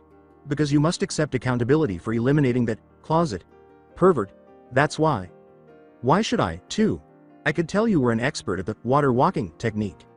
Since my name is Naruto Uzumaki, and one day, I'll be the Hokage. This is Naruto. I haven't seen Brad in a long time. I'll have to speak with him later because it's likely that Kakashi is his sensei. I seriously doubt that child. If you're just now walking on water, then no. Hey, who do you suppose you are to pass judgment on me? Me? The Toad Mountain Sage of Mount Myoboku is me, Jiraiya, the old man yelled while performing a foolish dance. What? Is this elderly pervert both my godfather and my dad's sensei? You must be joking with me. Taking out a smoke bomb, Naruto hurled it at the ground. What in hell was he doing? I suppose he gave up after realizing who I was. Whoa, it's time to Jiiba. When the smoke cleared, Jiraiya yelled, what the hell was that for you little? Huh? He thought, wah. And dodged the thrown kunai. The next thing he knew, he was on his ass, holding his face. Jiraiya saw that Naruto had disappeared. Where had he gone? Sigh. I'm not sure what that was about, but I suspect Kakashi might. Jiraiya then set out to find Kakashi. Naruto used the flying Raijin jutsu and emerged inside his apartment. After he struck Jiraiya, he said, that jerk. He refuses to teach me even though I am his student's son. Oh, screw him. When Naruto asked Kakashi who Jiraiya was the day after he confronted the third Hokage and Kakashi informed him that he was not only the fourth sensei but also Naruto's godfather.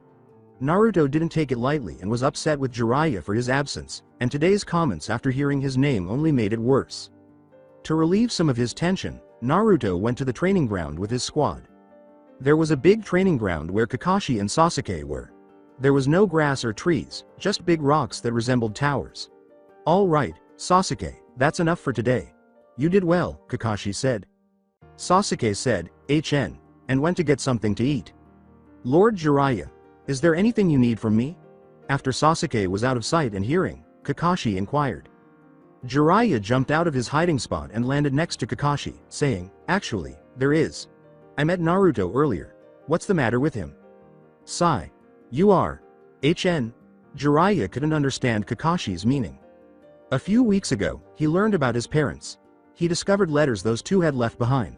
When he learned that you, Lord Hokage, and I knew but had kept it from him, he became enraged. But it's worse for you.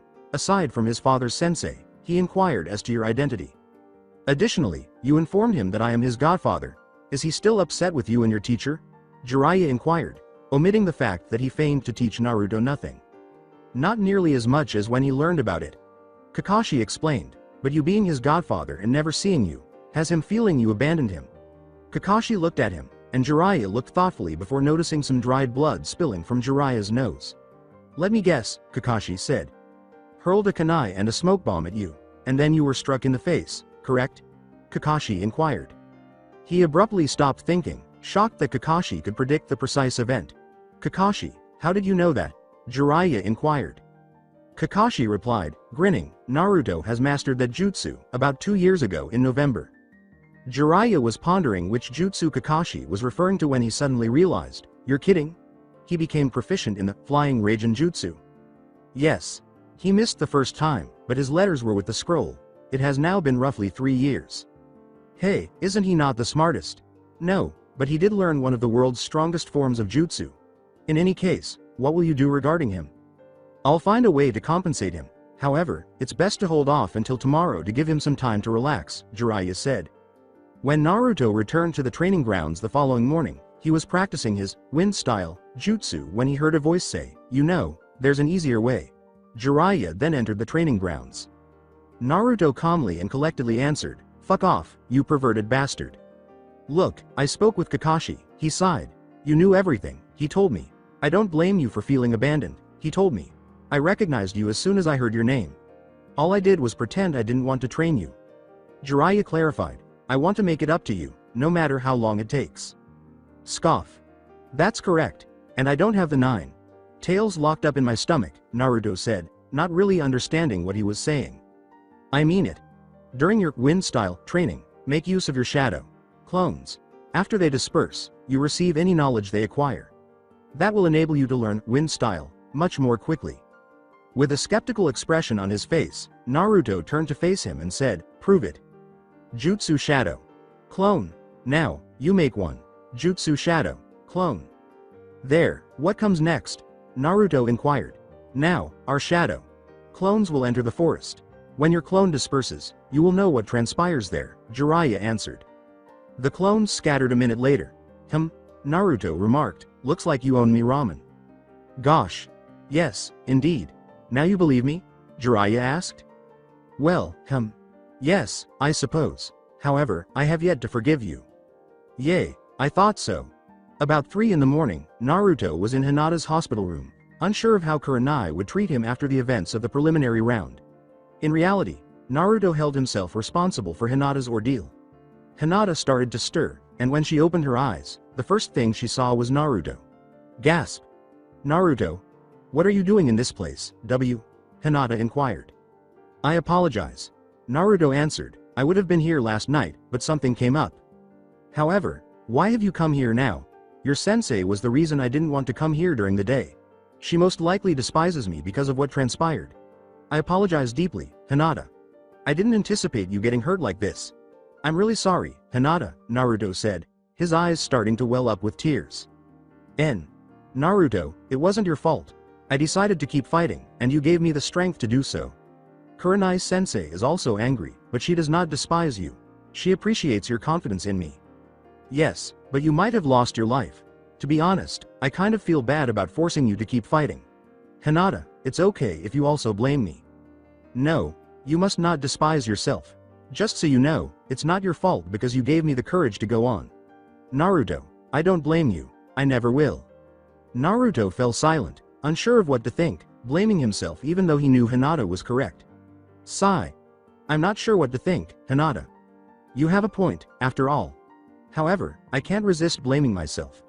My girlfriend was forced to take the Chunin exams by me. Had I not taken that action, then... Stop, Naruto, quit criticizing yourself. Yes, you did give me the confidence I needed to take the tests. Yes, you helped me feel more confident for the second phase. Indeed, you gave me the courage to take on my cousin, who was far more powerful. However, it was entirely up to me. I could have done all of those things. I was exempt from taking the tests. Naruto, it was the two of us, not just you. As she spoke, Hinata sat up and took Naruto's face in her hands, saying, if you want to blame yourself, then blame me too. Something in Hinata's eyes simply enthralled Naruto, and after processing everything she said, he was shocked when she told him to hold her equally responsible for what had happened. I can't do that, Hinata, Naruto said. I can't even partially blame you. Then why do you think I can hold you accountable? I don't blame myself for my choices, and you shouldn't either. Sigh. You're probably correct, however, I still feel bad about what transpired. Sigh. It will pass. In an attempt to cheer him up, Hinata said, I forgive you if it means that much to you. Really? Naruto inquired. Yes. Despite his guilt, Naruto was relieved that Hinata had forgiven him, so he did something he had never done before. He took Hinata's face in his hands and gave her a gentle kiss on the lips. After a moment of shock, Hinata kissed him back, and they parted, both of them looking like ripe tomatoes. Why.uk? Kissed me, oh. On the lips? Why? Hinata reverted to her full-blown stutter as she asked. I couldn't help myself. The fact that you pardoned me made me very happy. I apologize, Naruto said. I'm not. What? With a slight smile, Hinata said, I'm not sorry that why. UK. Kissed me. Naruto's heart began to race as a result of the smile. Well, I suppose I shouldn't feel bad about that. Naruto uttered those words, grinning as well. Knowing that he didn't blame himself for kissing her, Hinata simply shook her head. Why. You mentioned something came up why? Yesterday, Hinata inquired, curious. What was it? Naruto grinned and said, my godfather is inside the village. Naruto had previously shared with Hinata his feelings for his Jiraiya. Gasp. You mean Lord Jiraiya, right? What made him appear? Hinata inquired. I have no idea, and I don't give a damn. Thanks to Kakashi-sensei, he is aware that I am aware. However, I simply cannot forgive him so readily. He does, however, wish to make amends with me. Win style is something I learned from him. So far, it appears to be effective, Naruto replied. I see. The least he can do is this.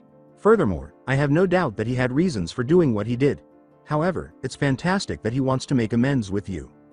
Yes, I am aware. However, that still doesn't justify his absence. I understand. But he's trying.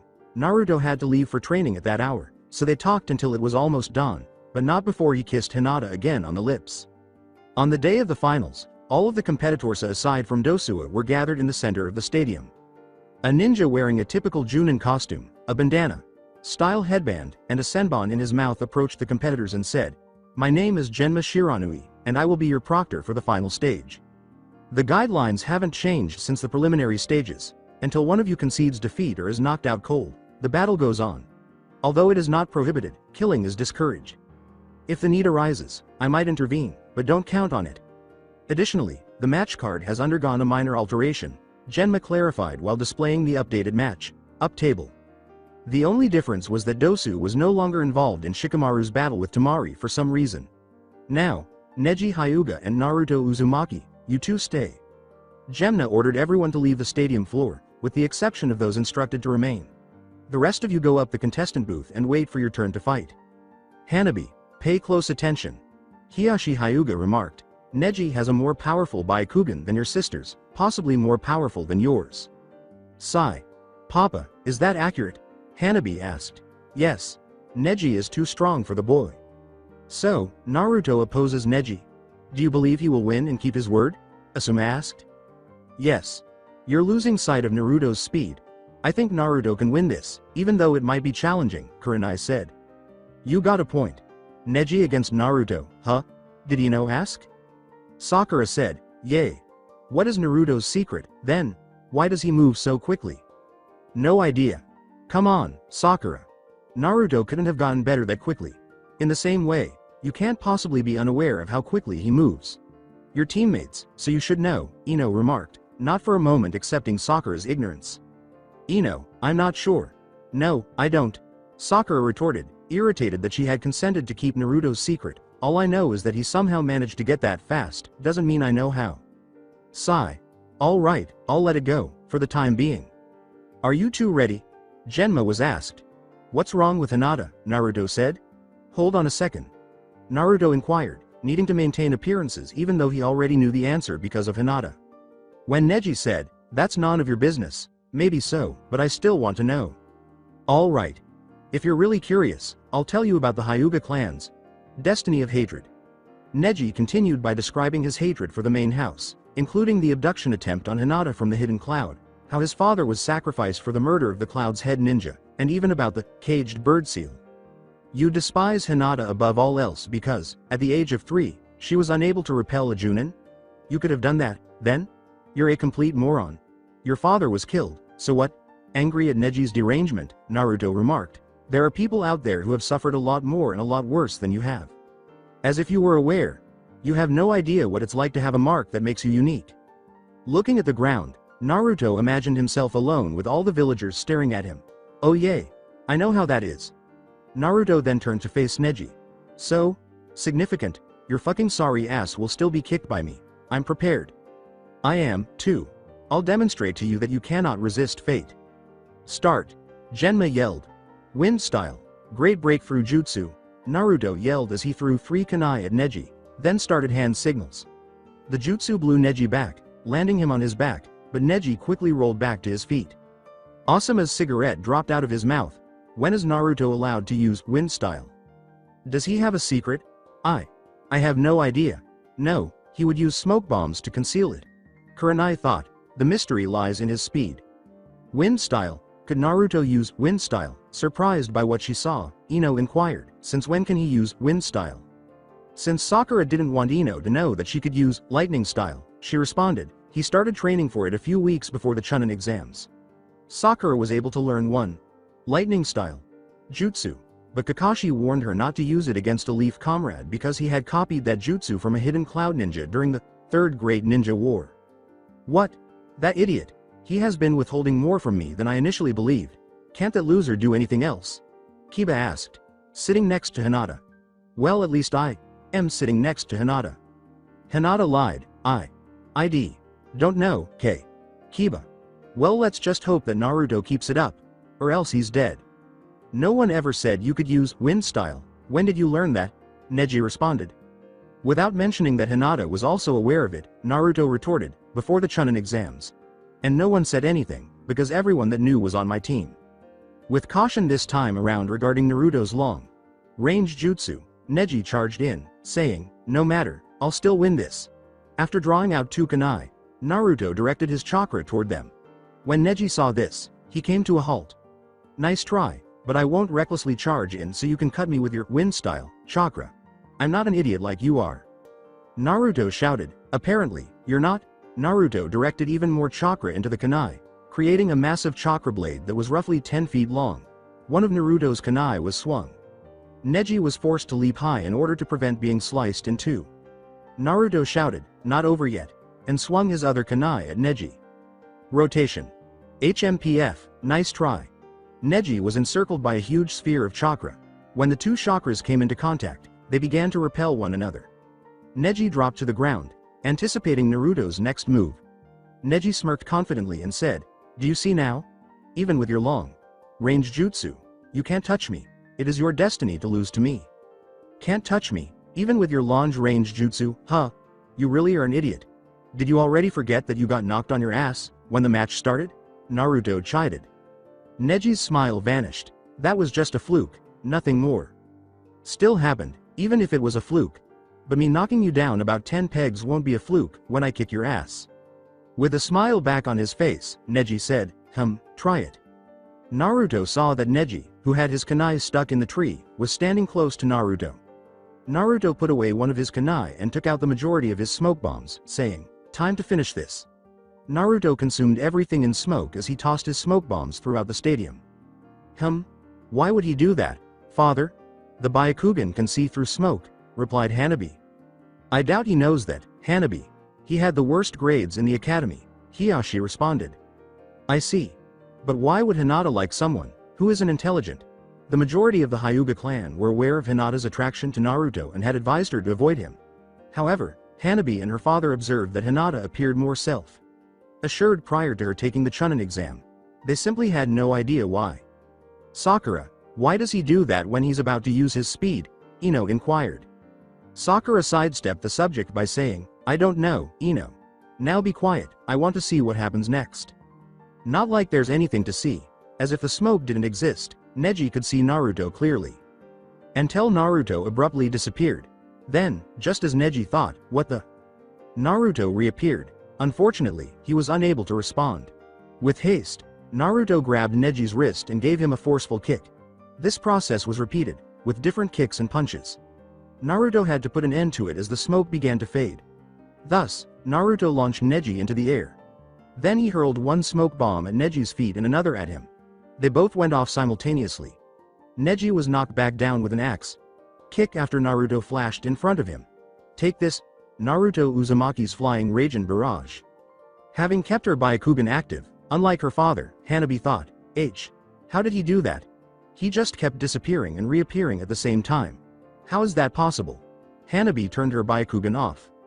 Hiyashi asked, unaware that her Byakugan was ever in use, what is it, Hanabi? Hanabi said, how did he do that, father? I'm more worried about Neji's animosity toward the main house. I don't know, but it doesn't matter right now. How did he accomplish that, Lord Hokage? The Kazekage asked. I'm not sure. The third Hokage replied, lying to conceal Naruto's jutsu. Very impressive, Naruto. He's not the brightest, but he is very talented. Concealing such a jutsu in front of so many onlookers. Excellent work. Neji was knocked out of his breath when he hit the ground hard. Incapable of moving. How did you accomplish that, Neji inquired. Neji was a few feet away from Naruto's landing. Don't you have anything else to worry about? Similar to how your own self predicted fate was incorrect. The clone jutsu was the reason I failed the graduation exams 3 times. Before you continue to spew that destiny nonsense, I just thought you should be aware of that. Since you're not a failure, like me, you can alter your own fate as well, Naruto said. The crowd cheered over the incredible upset that occurred, and Genma declared, the winner is Naruto Uzumaki. The medical ninja arrived and removed Neji to make sure he wasn't seriously hurt. He succeeded, however. How did he know? Ask. Because he is too foolish to give up. In what other way do you think he could prevail? Of course, I think Naruto is stupid, Sakura said, sidestepping the true reason. Yay, you're right about that. Genma was no longer on the battlefield. All right. We'll move on to the next match since one of our players hasn't arrived yet. Come on down here, Kankuro and Shino Aburame. Shino was about to descend when he heard Kankuro yell, Proctor, I forfeit. TST. Shino Aburame was declared the winner by forfeit. Tamari of the Sand vs Shikamaru Nara is the next match, Genma called. Fantastic.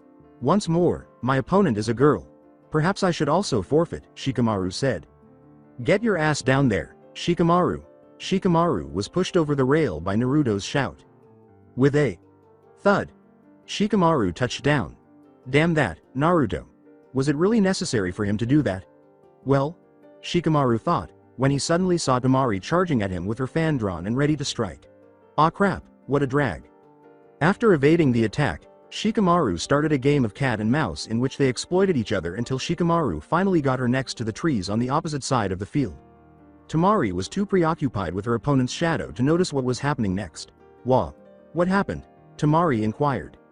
Shikamaru said, look behind you, I'll let you. Tamari noticed a shadow behind her that was connected to her own. That's right, she said. I sent one shadow around and behind you while diverting your attention with the one in front of you. You're at my mercy now, Shikamaru clarified. Tamari was concerned about what Shikamaru would force her to do, but she had to admit that she was impressed. She had assumed that Shikamaru was a lazy jerk, but this fight had shown her that he was not. I give up, Shikamaru declared. What? Uncertain if she heard correctly, Tamari yelled. I can't really make you do anything right now because I don't have much chakra left. In addition, I'll have to fight again if I advance to the next round. It's just a drag, too. The winner is Tamari of the Sand. The audience was shocked that after winning, someone would simply give up. Sasuke had finally arrived, but this time he was wearing a one-piece black outfit with the Uchiha clan symbol on his back, while his hair was a little longer and his right arm was bandaged with some kind of snap straps above the bandages. Now that they were facing each other, Sasuke and Gaara were prepared for battle. There's no need to ask if you're both ready. Start, Genma said. Like Lee did during his match with Gaara, Sasuke saw this coming and did not hold back as he charged in, aiming a punch, and Gaara's sand created a wall between him and his assailant before he vanished. Without his sand armor, Gaara would have been severely beaten. Sasuke had quickly shown that Gaara's sand shield was useless against him, so Gaara chose to hide inside a sand dome. His only connection to the outside is a sand. Made eye. Sasuke attempted to enter the dome, but it was as solid as rock. All right, stay inside. The lightning-style chakra appeared in the palm of Sasuke's hand as he jumped back onto the far wall and made a series of hand signals. I could use the time to get ready, he said, unsnapping one of the snaps on his arm. Stops breathing, isn't that lightning-style? Sakura inquired. As Kakashi put it, yay, more specifically it's a jutsu I created. Sensei, what is the name of the jutsu? Sakura inquired. Chidori is the name of it. Lightning blade, perhaps. Kakashi once used the jutsu to split a lightning bolt in half before it hit the ground, earning it the nickname. Guy responded. Really? Kakashi-sensei, why didn't you teach me that jutsu? Sakura inquired. You can't become an expert at this jutsu just because you're a lightning type. You cannot see your opponent's counter without the Sharingan, which is a crucial component of this jutsu. Furthermore, you lack the speed required to execute this jutsu. I see. Hold on. Like Sasuke, you're a lightning type. Lightning style jutsu. Why didn't you use it against me, Sakura? Did you know? Ask. Kakashi-sensei claimed that it is lethal. Sakura clarified, and I should never use it against a leaf comrade. Oh, that makes sense. When Sasuke's jutsu was ready, he charged at Gaara, dragging it on the ground and creating a small trench. The dome reacted by sprouting spikes to pierce Sasuke, but Sasuke was able to weave around it with his Sharingan, which allowed his Chidori to pierce Gaara's sand dome. What the heck is this? It's so warm and wet, said Gaara. He suddenly felt a shooting pain in his shoulder, and he began to realize what happened. Never experiencing pain before, Gaara began to panic. Ah, heart blood. My blood is it. Sasuke tried to pull out his arm, but it seemed to be stuck in place. He focused his lightning chakra on his trapped hand, which caused it to release. Sasuke then leapt back to get some distance, and through the hole he made, he saw a strange eye, but it vanished as quickly as it appeared. Eventually, the dome cracked and fell apart. Boom. At the moment, Naruto was perched on tree branches across from Gaara's monstrous form. Naruto recalled his and Shikamaru's experience meeting Gaara in the hospital. Gaara had tried to murder Lee. There would have been a fight if Guy hadn't stepped in. The revelation that Naruto and Gaara shared a similar past startled him. The sole distinction is that Gaara spent a lot more time by herself. Man, Sasuke is really beat up. This is going to be tough. I forgot to get my kunai from the stadium. Damn it, if I knew this was going to happen, I would have prepared more kunai with my seal. I'm gonna have to make every move count. Naruto reflected on the circumstances. Gaara screamed, "Get out of my way," and charged straight at Sasuke. In response, Naruto leapt to his feet and twisted his body in all directions, which gave him the momentum he needed to kick Gaara in the face with a sideways bicycle kick. It's an eye catching soccer kick. Gaara stood up from where he had just been. Naruto had kicked Gaara in the face for the second time. Knowing that he couldn't reach Sasuke without first passing through Naruto, Gaara scowled at him. Without turning around, Naruto yelled, "Sakura, take Sasuke and run. I'll take care of Gaara." Sakura picked up Sasuke and said, "Okay. Give him a whack from me for hitting my Sasuke." Naruto said, "You got it.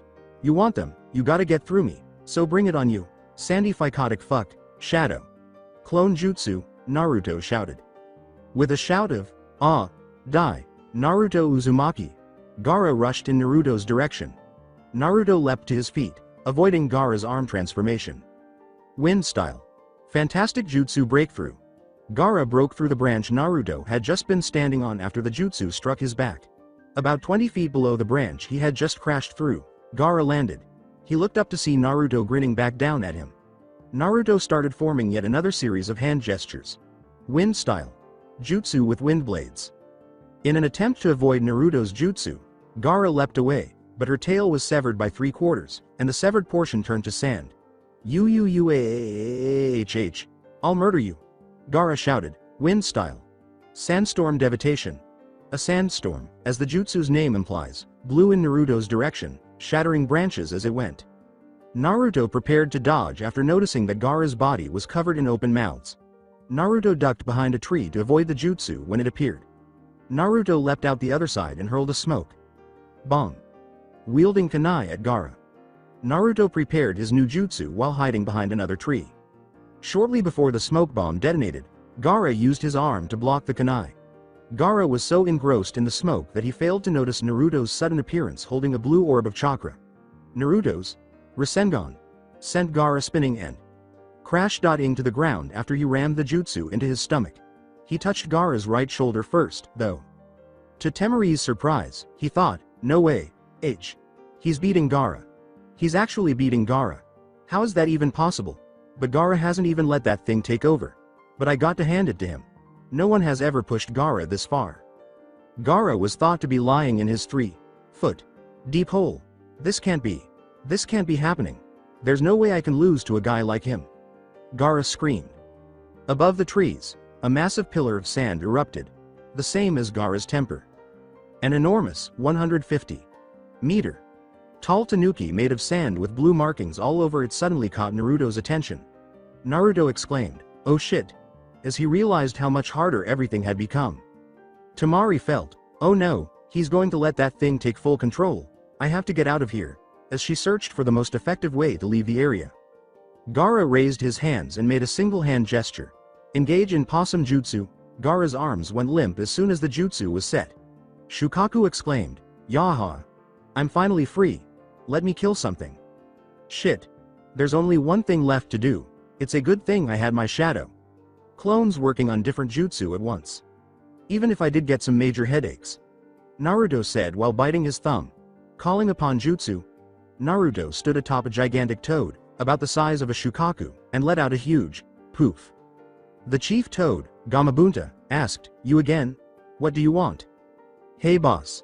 How about it, will you fight alongside me today?" replied Naruto. Shukaku made the decision for Gamabunta before he could respond. Air bullet. Wind style. Gamabunta leapt to avoid the assault. Gamabunta yelled, "Why you cunning, over-sized sand rat," and launched his own attack. Aqua bullet is the water style. Gamabunta shouted while launching 2 big water spheres. Air bullet. Wind style. Shukao shouted, launching 3 huge airballs. In contrast to the jutsus, the third air bullet did not cancel each other out. Gamabunta was struck in the face by the final air bullet, which caused a loud crash and sent him to the ground. Gamabunta continued to dodge and counter Shukaku's attacks, saying, "That hurt. You'll pay for that. Alright Naruto, I need you to give him a good whack in the face. That should wake that kid up, and put him in control. He'll be easier to beat then. Otherwise, he'll just get stronger." Naruto answered, "Right, but we need to get a good grip on him. Then we'll just use a combined transformation. Think of something with fangs and claws." Gamabunta answered. Temari was astounded by what he saw. Because of the distance she was able to achieve, she was unable to see Naruto or Gaara. That kid can summon something like that. How is that possible? That kid is not Genin level. Just what is he? Sakura and Sasuke were nearly at the village in the meantime. Sakura halted on top of a large tree after sensing a massive chakra pulse. Gasp! Sakura exclaimed, "What's going on over there?" as she witnessed a large tanuki and an equally sized toad engaged in combat. "I think Naruto summoned that toad," Sasuke said. "What? Since when can Naruto use a summoning jutsu?" Sakura inquired. "He must have learned it during the month break. But the question is, from who did he learn it?" replied Sasuke. In response, Sakura said, "I don't know." Sasuke insisted on staying where they were to observe the remainder of the fight. In order to alert the village to the danger in the event that Naruto failed, they noticed a huge poof of smoke all of a sudden. And the 9-tailed fox emerged from that smoke. Sakura yelled, "What the hell is that?" "It's a transformation jutsu." Naruto transformed into the 9 tails. "It must be for some sort of plan," Sasuke clarified. Shukaku was grabbed by Naruto and Gamabunta, who bit his left shoulder and clawed at its arms. "Now's your chance, kid." "Right," said Naruto. Utilizing the flying Raijin jutsu, and hurling a smoke bomb, after dispelling the jutsu and vanishing from Gamabunta's head, Naruto resurfaced on Shukaku's right shoulder. Exploiting the circumstance, Naruto leapt for Gaara's bare upper body. Naruto screamed, "Wake the fuck up, you shithead," and struck Gaara across the face. Shukaku shouted, "No, come on, I just got here." Why you? I'll kill you," demanded Gaara, furious at being awakened. Gaara started manipulating the sand, causing it to encircle Naruto's ankles. Naruto had to move quickly to avoid being crushed. He produced his final kunai, which was equipped with a smoke bomb. Gaara blocked the kunai and let the smoke bomb detonate because he was sure Naruto couldn't move. Knowing that Gaara would believe he had him permanently imprisoned, Naruto simply grinned. Taking advantage of this, Naruto produced the Rasengan. Naruto vanished and then reappeared, ramming the jutsu into Gaara's stomach once more. The enormous creature made of sand started to crack. Naruto and Gaara fell as soon as the sand began to crumble. Gaara fell to the ground immediately because Naruto's jutsu was still being slammed into her stomach. On top of a tree, Naruto had landed. "Well, it appears that you got this from here. I'll go now." "All right, many thanks, Chief," Naruto answered. Gamabunta then fled with a huge poof. Naruto had leapt from branch to branch before eventually landing on the ground 20 feet away from Gaara's position. Gaara's body ached so much that all he could do was move his head in the direction of where he heard Naruto land, and his eyes widened as he realized that Naruto was starting to move in his direction. "Don't you think it hurts? Being by oneself?" Gaara's eyes widened even more as Naruto said, "I know, because we're the same." "Why? If it weren't for yourself, why would you go to such lengths for someone else?" With a voice full of panic, Gaara asked. "They saved me from myself, that's why. I was alone until Iruka-sensei arrived. Kakashi-sensei and my teammates arrived shortly after, however, someone very special to me came before them. The first person I trusted was her. They gave me a reason to live and saved me. And I'll stop anyone who threatens them. Even if it means killing them." Naruto halted Gaara 5 feet away while he was speaking, and when he was done, Temari and Kankuro leapt down beside Gaara, appearing to be prepared for a fight. It appeared as though the three were going to fight when Gaara interrupted, saying, "That's enough. Let's leave." While Kankuro glanced over his shoulder at Gaara, Temari continued to focus on Naruto. "It's unbelievable," he said. The three sand genin then departed, moving away from the Leaf Village. "He's totally worn out." "All right," Kankuro said, turning around to pick up Gaara. Sigh. "Wow, that was difficult. My chakra nearly ran out during that battle using the summoning jutsu," Naruto said as he turned to return to the village. Thinking about what Naruto had told him, Gaara decided to try it Naruto's way, starting with his siblings. He couldn't dispute what was said because he fought for the opposite reasons, but he lost because he thought his reasons were correct. "I apologize." After his siblings were taken aback by Gaara's sudden apology, Kankuro finally responded, "No problem. Dude, what did that kid do to Gaara?" "Is Gaara grateful?" Temari reasoned that it must be related to that blonde child. Naruto was saddened that his grandfather figure had died defending the village from Orochimaru, and he looked over to see Konohamaru crying while Iruka tried to console him. A few days later, the village attended a funeral, which was held not only for the third Hokage but also for all the others who perished defending the village from the sound invasion. Why do they do it? Why do people put their lives in danger to keep others safe? Knowing why he wanted Konohamaru to hear it, Naruto asked. "All right. All earthly ties are severed when someone passes away. However, all emotions are still present. Everyone in the village is family, even if you are not blood. You would do everything in your power to keep the people you care about safe, and that's to preserve the relationships you have with them." Iruka clarified, "Everyone who lost their life defending the village against the assault is a hero." 2 days have gone by, and Hinata and Naruto were concluding their date as usual, sitting atop the Hokage monument and holding hands without realizing the pair of eyes watching them from the trees behind them. "Naruto, how are you holding up? You know, what about the death of the third Hokage?" Hinata inquired. "All right, I suppose. I simply didn't think he would pass away. Even at his advanced age, he seemed incredibly resilient." Naruto answered, his voice sorrowful.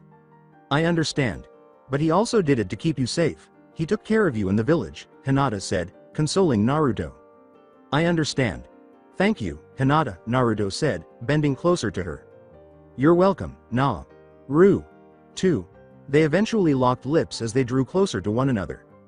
The Hyuga heiress and the village pariah. Dating explained the slight increase in Hinata's confidence, but seeing what's in front of them shows that there was more than what met the eye, at least until now.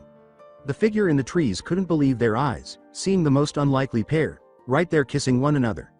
The figure had followed the two the entire date, and they wondered why they were under a transformation jutsu at this point. The figure, having seen enough, leapt out to confront the two and yelled, "Stop, tell me why you two are moving so stealthily," the person shouted. Hinata turned and gasped. Ed, instantly recognizing the figure. What are you doing here?" Hinata inquired. Naruto exclaimed, "Who the hell is this, Hinata?" They were both terrified of what this would mean for their covert relationship. Hinata exclaimed. H. Hanabi. W. What are Y.ud doing here? Hanabi answered. I could say the same thing. Surprised to be meeting his girlfriend's sister in this way, Naruto exclaimed. Wait. Hanabi? As in your little sister, Hanabi? This little brat is your sister? Hanabi, annoyed that she was referred to as a brat, screamed. Hey! Who are you calling a little brat? I'm a member of the Hyuga clan. Who does this kid think he is? No one has ever called me a brat before. Disrespectful ingrate. Hanabi was thinking. Who do you think I'm calling a little brat? And I know who you are. Hinata told me all about you and your clan. And personally, I don't care if you're from a clan or not. If you act like a brat, I'll call you a brat, replied Naruto. Hanabi insisted. HMPF, fine. But I want to know why you two are sneaking around. Hinata stammered. I don't KN. No WH. What your T talking about? Then Hanabi turned and started running toward the Hyuga compound, saying, Fine. If you won't tell me, then I'll tell father. But Naruto had other ideas. Naruto hurled a kunai in Hanabi's direction. Hanabi's head was zipped by the kunai. Hanabi didn't see Naruto when she turned around to see who had thrown the kunai. Hanabi's mouth was suddenly covered by a hand, and an orange-clad arm was holding her arms tightly to her sides. HMPF, exclaimed Hanabi. Or at least tried to. Lol. Naruto shouted, Listen, Hanabi. Calm down already. Instead, knowing what Naruto could do from this position, Hanabi followed instructions. Alright, now listen. I'll tell you why we're sneaking around, but only if you agree not to tell anyone. Alright. HMM. Huh? What was that? Naruto inquired, taking his hand away to comprehend Hanabi's attempt at communication. Hanabi replied, I said, on one condition. What would that be? You have to tell me how you beat my cousin, Neji. Sorry, but that's something you'll find out later, if I trust you enough to tell you. Hanabi questioned, do you trust her enough? In reference to Hinata. Naruto responded, gradually growing irritated with the young girl. Well, she found out, somehow. But she didn't tell anyone before she talked to me about it first. And that kinda made me trust her. Hanabi started to say, What? I'm her sister, tell me, or I'll tell my father Abu. But Naruto cut him off. Naruto shouted, I said, I need to trust you first. Which essentially silenced her. Listen. The option still stands. Please just accept it. If you gain my trust, I'll tell you how I beat Neji. Deal? Replied Naruto. After giving it some thought, Hanabi asked, and if I don't agree, then what? Sigh. Look. Your sister makes me very happy, and I'd like to think that I make her happy as well. Right, Hinata? Replied Naruto. Hinata smiled and said, Oh. Of course you make me happy, Naruto. You shouldn't ever have to second guess that. When Hanabi noticed Hinata grinning, he realized it was sincere. Then she turned to face Naruto. The angle prevented her from getting a clear view of him, but she could see that he was smiling too. Hanabi reluctantly nodded, looking down. Fine. It's a deal. But you better tell me the truth, and let me go. After Hanabi turned around without fleeing, Naruto released her and started to explain. Sigh. Look, Hinata has liked me for a long time now, and knew that part that already. The whole Hyuga clan knew. I want to know why. You two are sneaking around, Hanabi replied. I was getting to that. Sheesh. Anyway, I guess I finally noticed Hinata. I got to know her, and I started liking her. I didn't know if she liked me back, so I didn't ask her out at first. It wasn't until my first C-ranked turned A-ranked mission where one of my teammates almost died.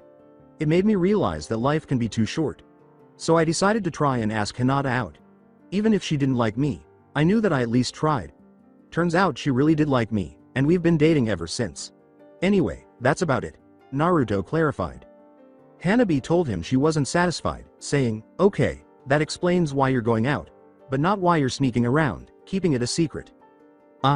It's because he isn't very well liked among most of the village. They wouldn't accept our relationship, just like the Hyuga clan. Once everyone acknowledges Naruto, they'll accept our relationship as well. But until then, we're acting like I'm still too shy to talk to him and he's oblivious to my feelings. We don't like doing things that way, but it's the only way. For now anyway. Hinata clarified. Hanabi considered what she had just been told. Despite her desire to disagree with their statements, she understood that she had nothing to dispute. She then questioned whether Naruto's parents were a factor in her distaste for him. But what about you parents? Who are they? Are they the cause for everyone disliking you? replied Hanabi. Naruto cast his gaze downward. He had to lie and hope she believed him because he didn't trust Hanabi with that information. I don't know. The third Hokage said he'd find out, but he died before he could. All I was told is that I was found in the forest, all alone outside the Leaf Village. All that was there was a note with the name, Naruto, on it. Hanabi questioned, didn't anyone adopt you, at least? No, no one even acknowledged my existence. That's why I started pranking people. I didn't care what kind of recognition I got, as long as I got some, replied Naruto. Hanabi's face was sad as she looked down. She didn't understand what it was like to be alone because she had a whole clan. Hanabi said, I'm sorry, I didn't know. Naruto answered, it's okay. It's just water under the bridge, now, I guess. Following their departure from the Hokage monument, the three parted ways. Before going to Ichiraku's for ramen, Naruto gave Hinata a final kiss on the lips. Hanabi was being walked home by Hinata. Hinata would always stay the night at her sensei's whenever she and Naruto went on a date. Her sensei wanted to assist Hinata in concealing her relationship with Naruto, but Hinata didn't really want to impose. Hanabi blushed at the thought of what she was curious about. Sister? Inquired Hanabi. Hinata, wondering why her sister was flushed, said, huh? What is it, Hanabi? Hanabi stutteringly said, WH. What does it feel like to be kissed on the lips? WH. Why? A. Are you interested in a B. Boy? No, I saw. Well, you know, and I was just curious. Oh. Well, it felt really nice. It's kind of hard to explain. I mean, W. With me my H. Heart flutters uncontrollably. But in a G. Good way. I'm sorry that I can be of more help, Hinata clarified. When the two were a short distance from the Hyuga compound, Hanabi said, it's okay. Well, I'll see you tomorrow. Good night. Hinata said, good night, Hanabi, and then turned to go to her sensei's apartment. When Hinata shut the door after her date, Kurenai would ask, so, how'd it go? Hinata answered, it was good, except that Hanabi found us out. What? Did she tell your father? No, we made a deal with her. Curious, Kurenai questioned, a deal? She wanted to know why we were sneaking around, and if we didn't tell her she'd tell our father. So we told her about how Naruto wasn't liked by the villagers, and that no one knew who his parents were. Hinata clarified. You didn't tell her about the 9 tails, did you? No, she asked if Naruto's parents were why he was disliked. Naruto told her that no one knew and that the third Hokage was trying to find out and tell him, but he died before that. Knowing that she would have asked more questions if it had been her, Kurenai asked, I see. Did she leave it at that? Well, she did want to know how Naruto beat Neji. But we explained that it was a matter of Naruto trusting her first, replied Hinata. I see, speaking of trust. Sigh. Huh? What? Inquired Kurenai. Kurenai-sensei. You know that I trust you, but it's not about me trusting you. It's about Naruto trusting you. I don't doubt that you trust me, Hinata.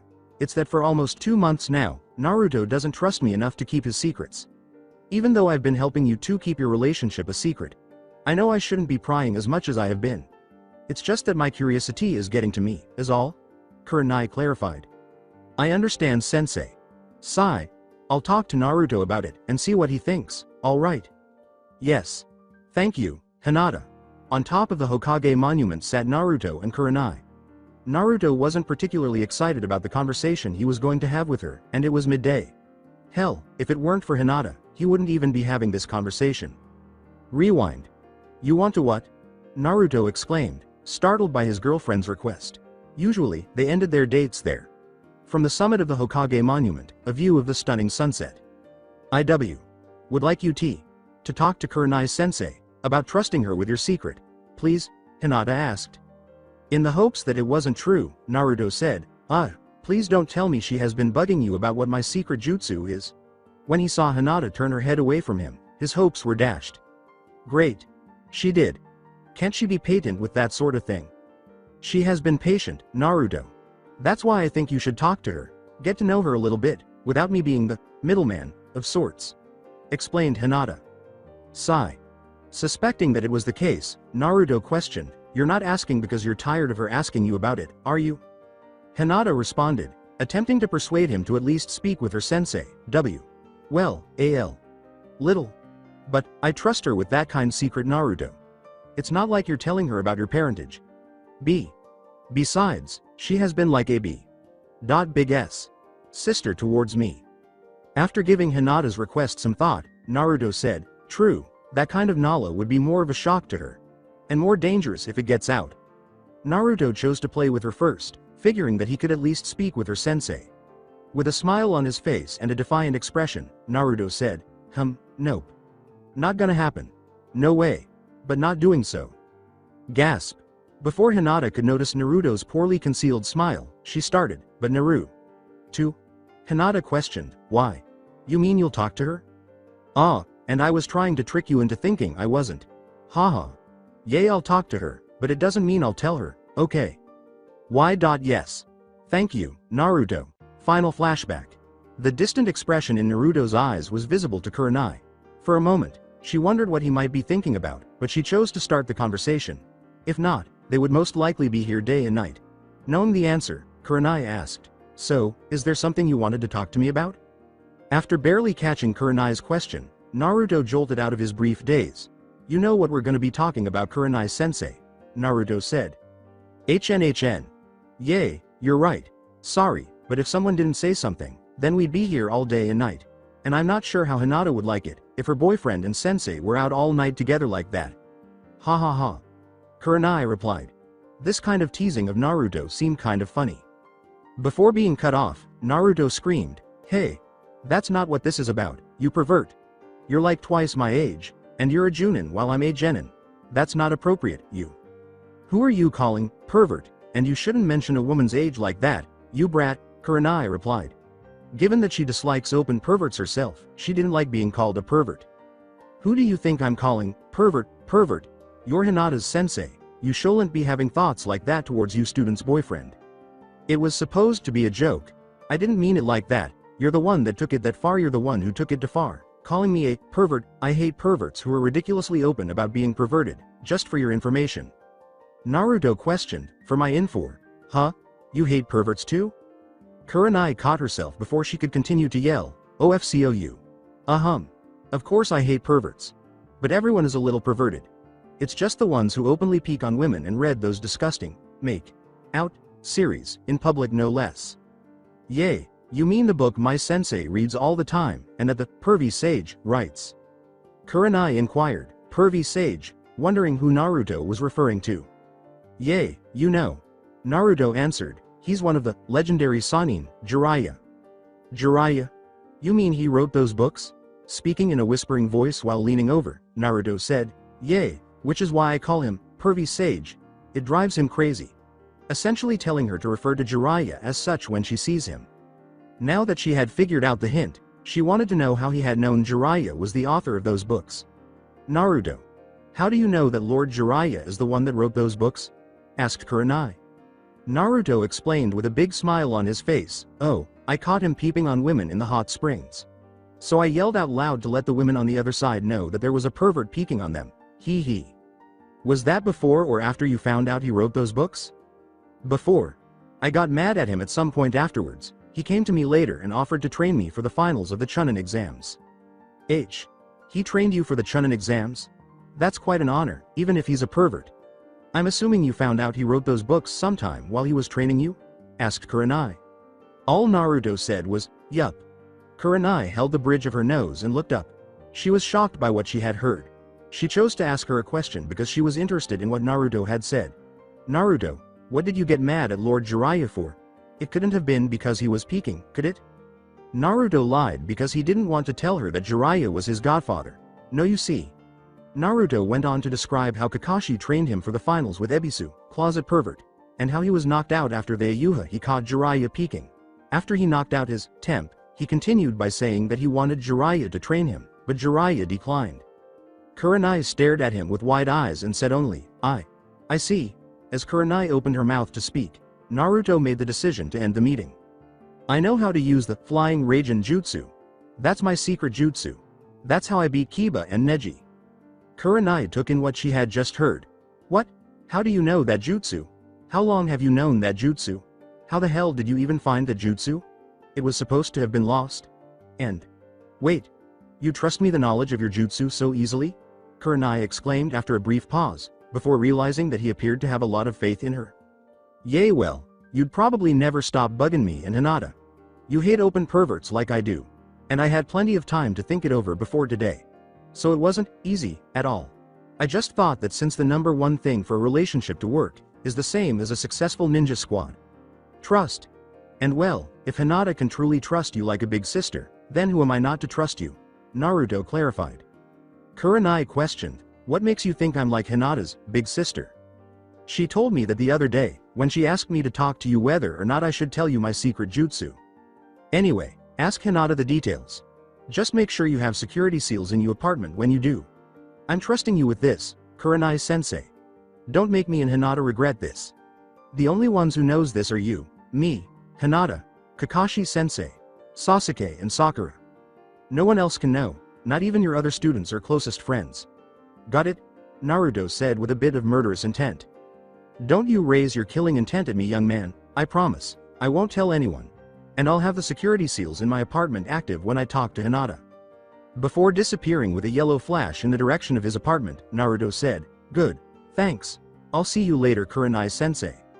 He must have done that, because he probably sensed my doubt about him being able to use that jutsu. Seems as though there's a new, secret yellow flash of the hidden leaf, Kurenai thought with a grin on her face. She sort of followed his example and went out via Shunshin, showing up at the Hokage monument's base.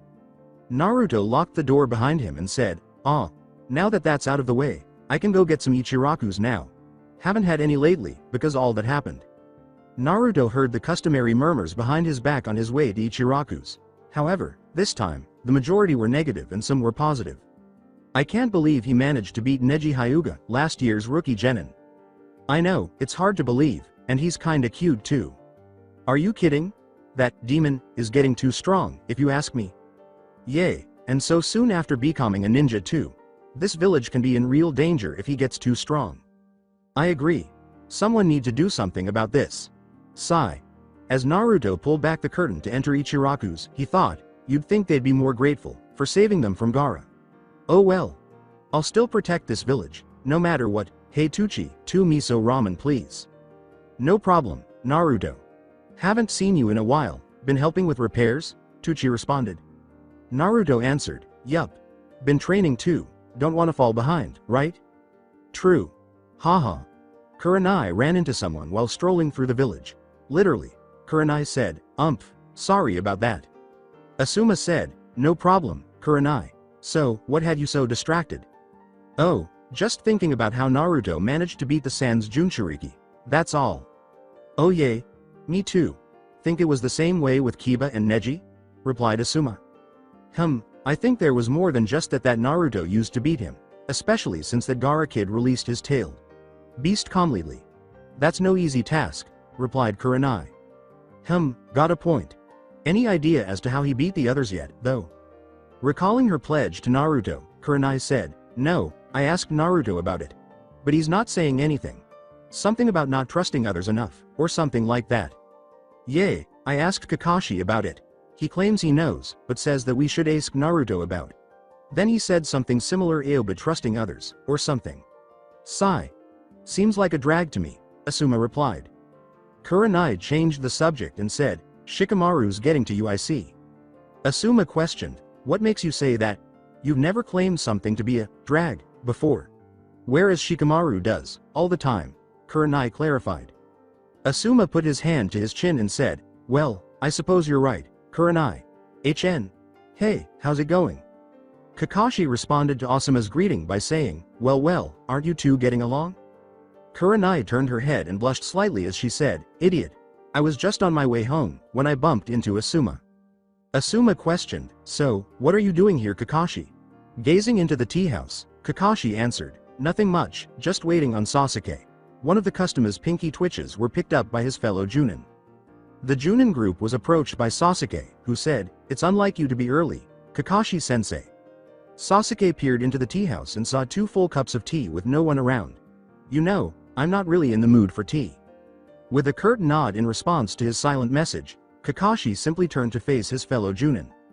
Jiraiya pulled the curtain away from his eyes and said, well, I just had to see it with my own eyes.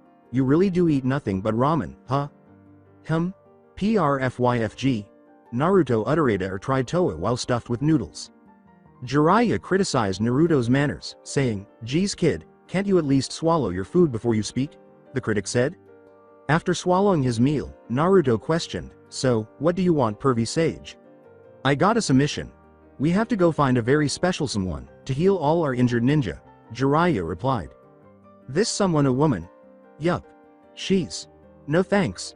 This is probably some Siam for you to do research, using me as bait," Naruto replied.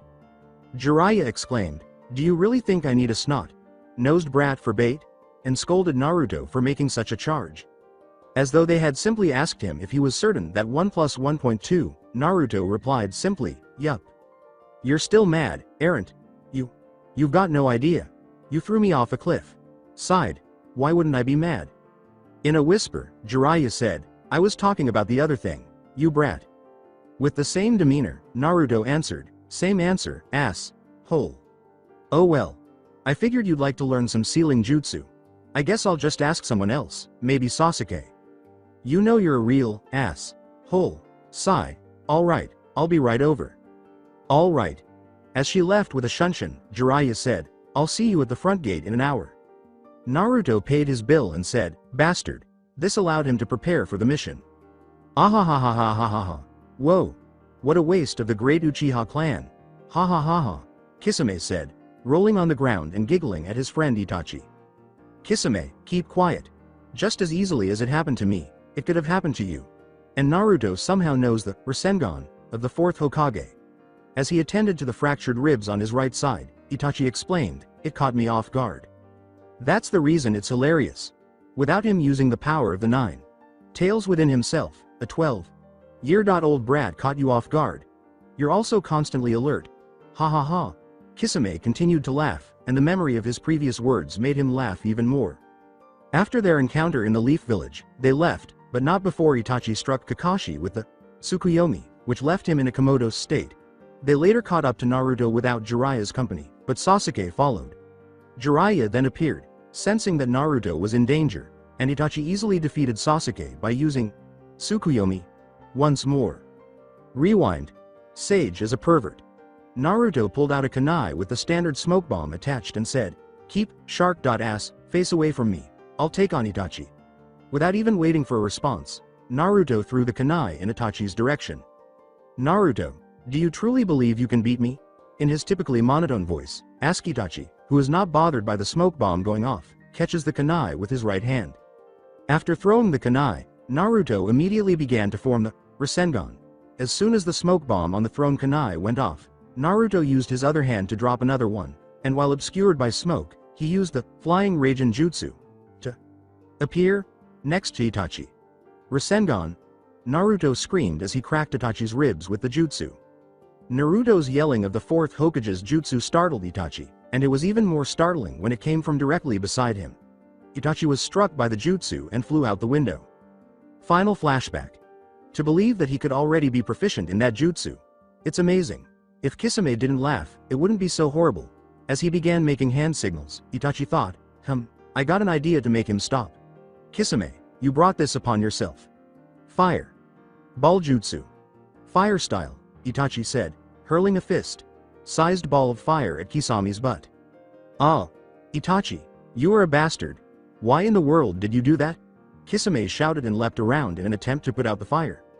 "Silence, I told you," Itachi replied, "if you still make fun of me, I'll just say that Lord Jiraiya set your rear end on fire while he was playing with you."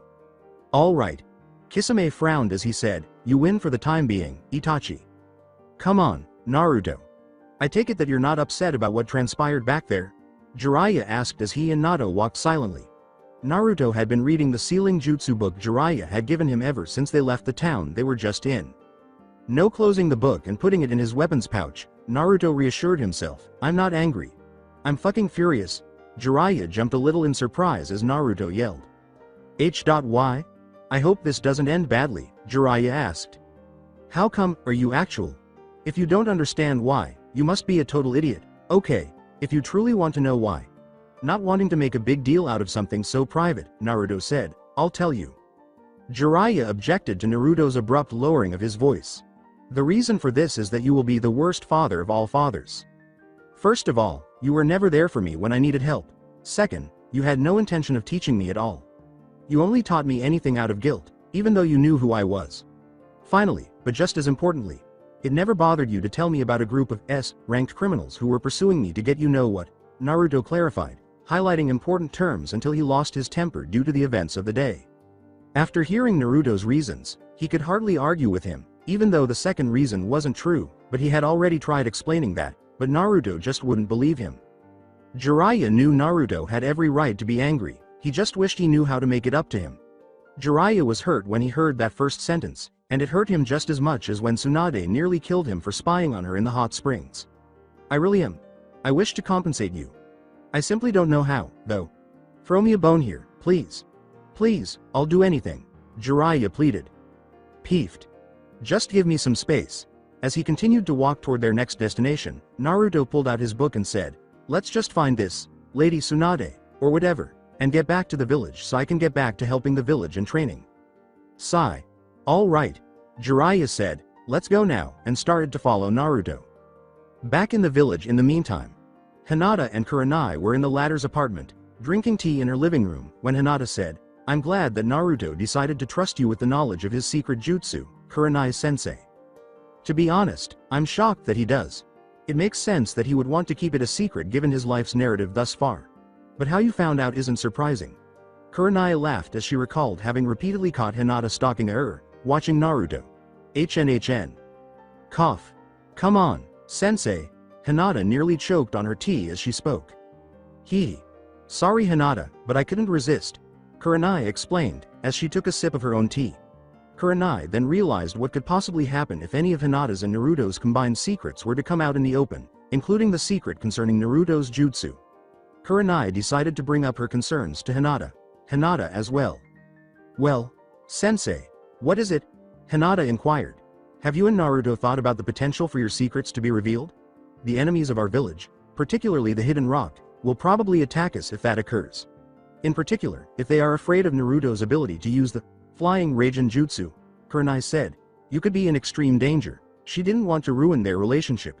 She just wanted them to understand the risks if something like that occurred. Hinata set her cup down on the table before her and said, well, we never thought of that, Hinata said candidly. Hinata, you'll have to start training more diligently than before. Merely to avoid being taken prisoner and used as a pawn to entice Naruto. As long as Hinata's happiness with the boy she is dating isn't jeopardized, Kurenai clarified, our enemies will do whatever it takes to accomplish their objectives. After a few minutes of letting everything her sensei had said sink in, Hinata finally responded, leaping to her feet, you're right. Kurenai looked up and was taken aback to see a fire in her eyes. A fire she had never seen in Hinata before. Right now, could you help me train? My goal is to get stronger. I wish to keep Naruto safe. Kurenai was surprised that Hinata wanted to get stronger for Naruto's sake rather than her own, and she didn't care that she probably looked like a fool with her wide eyes and dropped jaw. After another minute or so, Kurenai grinned and said, all right. Kurenai said, let's go, as she stood up and gathered her belongings. Sensei. Well, what is it? Kurenai put her hand on the doorknob and asked. Don't hesitate. Not at all, Hinata answered. Kurenai replied with a smile, all right. However, you'll most likely regret asking me that. What am I asking you, Toots? A new voice asked. Kurenai turned to see Hinata's head topped by a bullfrog-sized toad. Gamakichi. Why are you here? Looking up and recognizing Naruto's summon, Hinata asked. Do you recognize this frog, Hinata? Kurenai inquired. Yes. Naruto has the summoning jutsu at his disposal to call forth toads, Hinata answered. Calling? Naruto? I take it you're kidding? No, Naruto is able to use the fourth Hokages, Rasengan, and summoning. How and when did he discover those? Kurenai inquired. He can, indeed. Could I now please tell the blue-haired girl here what Naruto has to say? Gamakichi said, irritated by all of Kurenai's inquiries. What's the message? Kurenai asked. On a mission, Naruto accompanied that perverted old man. And he's not sure when he'll return, Gamakichi replied. A quest? For what purpose is he on this mission? Hinata was asked. To find the former teammate of the pervert. I am not fully aware of the specifics. I'm sorry, girl. Oh, I'm grateful, Gamakichi. Oh, no issue. After that, Gamakichi vanished with a Poof. See you later, girly. Is he referring to Lady Tsunade, Lord Jiraiya's former teammate? Kurenai inquired. Well, indeed. Naruto claims that Lord Jiraiya is a pervert, Hinata responded. Yes, Naruto previously informed me of that. In any case, let's begin. Kurenai opened the door and said, you have training to do. All right. Let's go, Hinata said, trailing behind her sensei. 1 week and 1 month later, as he was getting frustrated with Jiraiya during this mission, Naruto was practicing some of the sealing jutsu he had read in the books Jiraiya had given him. In his opinion, Jiraiya was leading them in circles, going to bars, getting wasted, and flirting with every woman he saw. This was really getting on Naruto's nerves, but since he didn't know much about reconnaissance, he left it to Jiraiya. Hi, Naruto. Jiraiya said, I got us a lead on Tsunade, as they left the town where they had been spending the previous few days. Time is of the essence. Jiraiya's interruption annoyed Naruto, but he was relieved that the mission was finally, hopefully, coming to an end. Sigh. Man, I didn't think I'd miss the village this much. Naruto responded, I'm finally getting some of this sealing jutsu down, no thanks to you. I suppose Hinata was a major factor. And this obnoxious jerk. Sigh. Please give me some space. Jiraiya wanted to help Naruto more, but he felt that Naruto needed to learn things on his own. If I were here all the time training you, we probably would still be looking for a lead on Tsunade, he said. Yeah, whatever. Let's leave now. Anyway, where is she supposed to be? Naruto inquired. It's not far away. Tanzaku town is a gambling town, Jiraiya replied. Alright, let's get going. It was now night, and Naruto was very irritated. When they got there, the castle was in ruins, and they went to look for Tsunade, but all they discovered was the castle's wreckage and a big hole in the wall around it. Wonderful, simply wonderful. We miss that Tsunade woman terribly, and this is our only chance to find her, Naruto grumbled. Oh, please stop talking. Jiraiya said, let's try to get some information from the bar here. Anyway, however, I'm going to kick your ass all the way back to the Leaf Village if you start making advances on even one woman. You understand? Yes, indeed. I understand. Sheesh. You would think that by now he would be less angry. As soon as Jiraiya walked into the bar, he saw his former teammate. Tsunade. Jiraiya shouted, gesturing toward Tsunade. Jiraiya. Tsunade shouted as she got up from the bench. 5 minutes later, Jiraiya and Naruto joined Tsunade and her apprentice Shizune, along with a pig named Taunton wearing a red vest. Everyone was seated in silence. Well, I take it that this is the former teammate of the old pervert? Naruto thought, it's no wonder he's such a pervert. Jiraiya said, it's been a long time, Tsunade. Yes, it has. Orochimaru first, then you. Like a reunion, almost, Tsunade said. Jiraiya chose to get right to the point after a few more minutes of pointless banter, which included talking about their sensei's passing, and a few poker hands. Tsunade. In its wisdom, the village has chosen to designate you as the 5th Hokage. What? You mentioned that our goal was to persuade her to heal the shinobi in our village. You didn't mention that she would become Hokage. Naruto yelled, angry at not being told the truth. Tisk. I suppose we shouldn't expect any less from him. However, I'm truly sick of his deceit and carelessness, Naruto thought angrily. I decline first. And second, who is this brat you're with? Tsunade inquired. Jiraiya replied, his name's Naruto Uzumaki. Well, is this child Jinchuriki's 9 tails? Tsunade thought. He is not at all like your previous student. Well, comparing him to his father isn't really fair. After all, he pursues his mother, Jiraiya muttered. Are you really saying that aloud? Tsunade inquired. He has been known as Tsunade for a while. Jiraiya clarified, that's why he has such a bad attitude toward me. I understand. I take it that he is also aware of you? That his godfather is you? Yes, that's the reason he's so mad at me, in spite of everything I taught him. Oh, yes. You're pushing me off a precipice by teaching. You fucking pervert. Giving his opinion, Naruto said. You what? Tsunade screamed, you lech. Why in the world would you do that to my godson? What? Are you my godmother, then? Astonished by this realization, Naruto inquired. Ah, a boy. Tsunade, you ought not to have said that. He was unaware of you in that way. He was only aware that you were a teammate of mine. Naruto, where are you going? Jiraiya inquired as she watched Naruto rise and leave the table. Why are you concerned? Indeed, why are any of you concerned? You two are my godparents, and I've lived my entire life alone? my parents would probably be embarrassed to have bestowed that honor upon you two in the first place. Naruto, clearly unhappy with what he had just learned, said in a monotone, I don't care what your reasons are, just leave me alone. As she followed Naruto, Tsunade called, Naruto, wait. Wait, Tsunade. Knowing that Naruto might surprise her with his jutsu, Jiraiya followed Tsunade to try to prevent her from getting hurt. You don't want to mess with him right now, he said. Leaving some cash on the table, Shizune stood up and followed them. Naruto, wait, Tsunade said as she followed Naruto outside and around the corner into the alleyway. Tsunade called, please. Why ought I to? Naruto halted, turned to face Tsunade, and yelled. Let me explain, Naruto. That village has cost me a lot of dear ones. It was intolerable to me. I had to go. I cherished your mom as though she were my own. Tsunade started, You ought to have stayed and supported me if that's the case. I was alone. I had no family or friends. Seeing my classmates and other children with their parents made me feel bad. And I get slapped in the face just when things in my life start to get better. By chance, I discovered who they were. I had been misled by the old man the entire time. He didn't tell me who they were, but he knew. Even after I found out, he made an effort to deny it in front of me. You're telling me how deeply you were hurt while you're standing there. Well, until I became a genin, I was in pain every day. Nobody was trying to hide your parents' identities from you, so at least you knew who they were. If you had godparents, you knew who they were. I was alone. It didn't matter to anyone if I lived or died. Tsunade's heart felt like someone was squeezing it with their fist throughout the entire scene and story, and Naruto was already crying by this point. I never would have left if I had known that this was going to be the case. I apologize, Naruto, Tsunade thought, but I'm a fool, a self-centered fool. I'm a true. I'd rather not hear it. Get away from me. Naruto shouted and withdrew 2 kunai with smoke bombs attached, along with a single smoke bomb.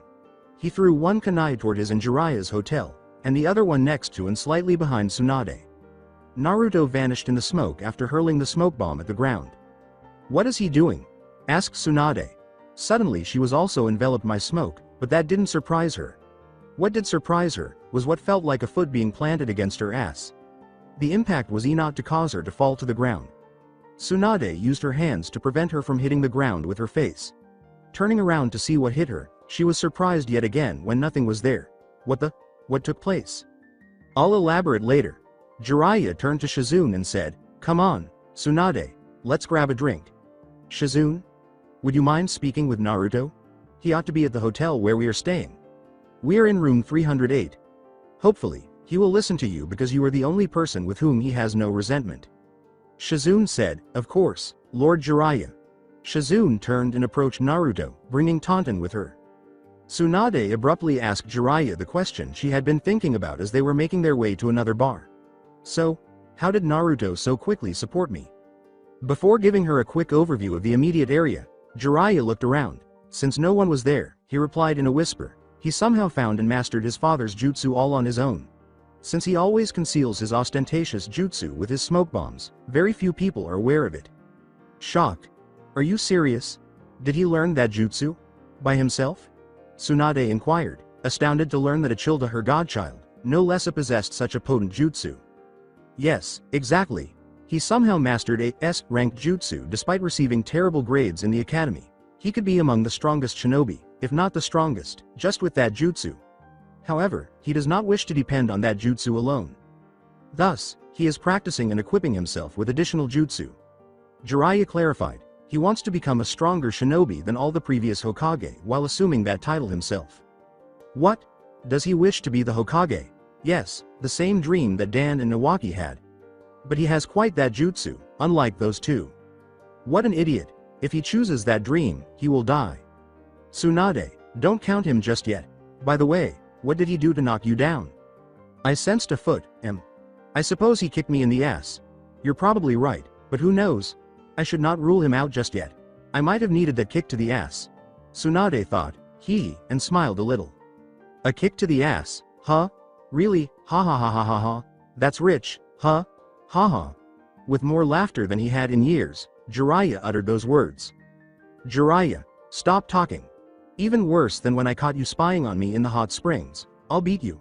Tsunade shouted, essentially cutting off her former teammate. Knock, knock, knock. What is it? After hearing a knock on the door of his hotel room, Naruto inquired. "I'm Shizune. Could I enter?" From the other side of the door, Shizune inquired. After opening the door to let Shizune in, Naruto said, "Yeah, make yourself at home." He then asked her why she was there in the first place, asking, "Why are you here anyway?" "I came to discuss Lady Tsunade with you. I know you've had a difficult life, but Lady Tsunade has too." "Let me explain," Shizune said, before going on to discuss the deaths of Tsunade's two most valued individuals. As soon as Shizune had finished her story, she could see that Naruto was partially understanding of Tsunade's absence of presence. She feared growing overly attached to you and then witnessing death in front of her eyes. If that happened to her again, she didn't think she could handle it. She believed that if she were never attached to you, she wouldn't have to suffer if something were to happen to you. Shizune said, so, before pausing as she felt the room's temperature drop a few degrees. All right. She would rather let her godson suffer in solitude than see to it that he is okay and has a happy childhood. Instead of shielding and educating me to keep me from dying and hurting her, she would prefer to let me suffer. All she could think about was herself. In my opinion, those are just nonsense justifications. Naruto screamed, comprehending but not accepting Tsunade's predicament. Sigh. I guess you have a point, Naruto, Shizune said, unable to believe that Naruto couldn't accept it but also unable to deny that he had a point of his own.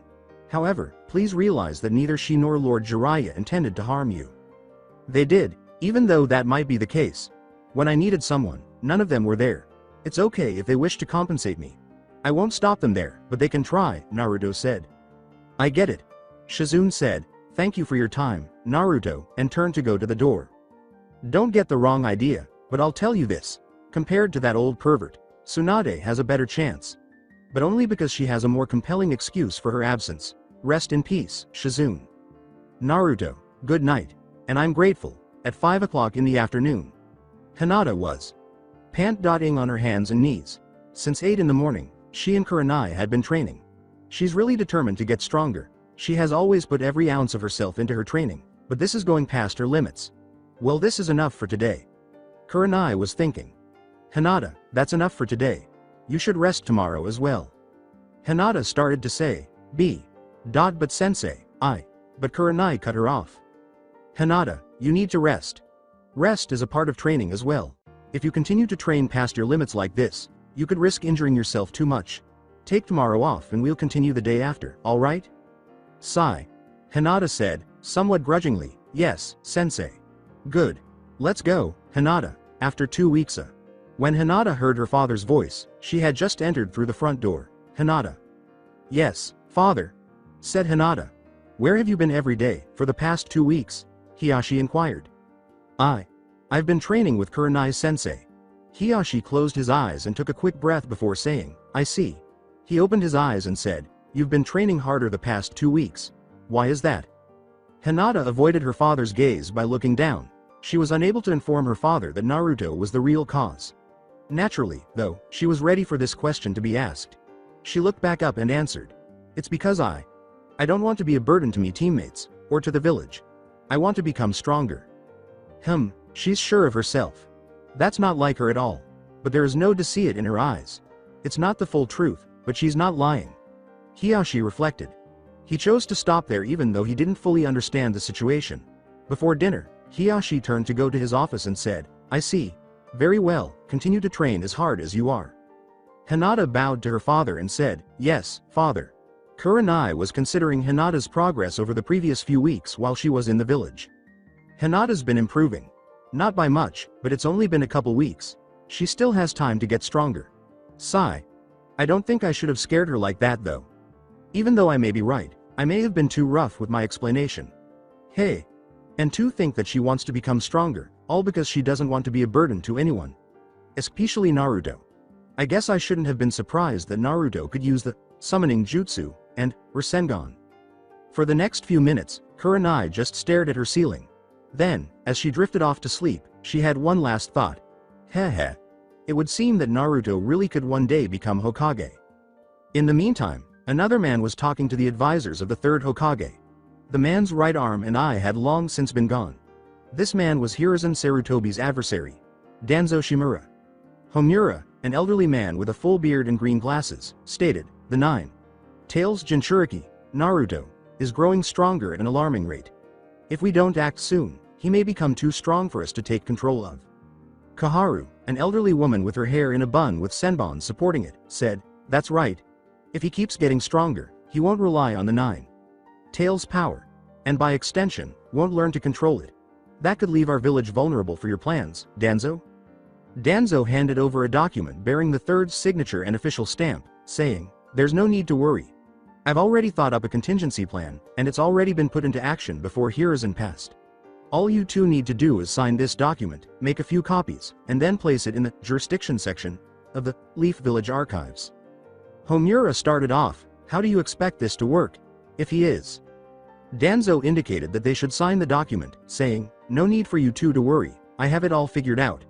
There are no faults with this plan. And before long, the Nine Tails will be under Naruto's control and by extension ours." They glanced at one another, then nodded and signed the paper. When they were done, they took the document and went to fulfill Danzo's request. "It's only a matter of time. If only Hiruzen gave me the boy after the attack, then no matter. I just need to wait till the time is right, and then the Nine Tails will finally be my ideal weapon." Danzo was thinking as his guests were leaving. Before heading to bed, Danzo gave himself permission to grin a little. The night before Tsunade's deadline, that is. When he first appeared, Tsunade was at the small bar where she and Jiraiya had been earlier in the week. Jiraiya was at her side just like that.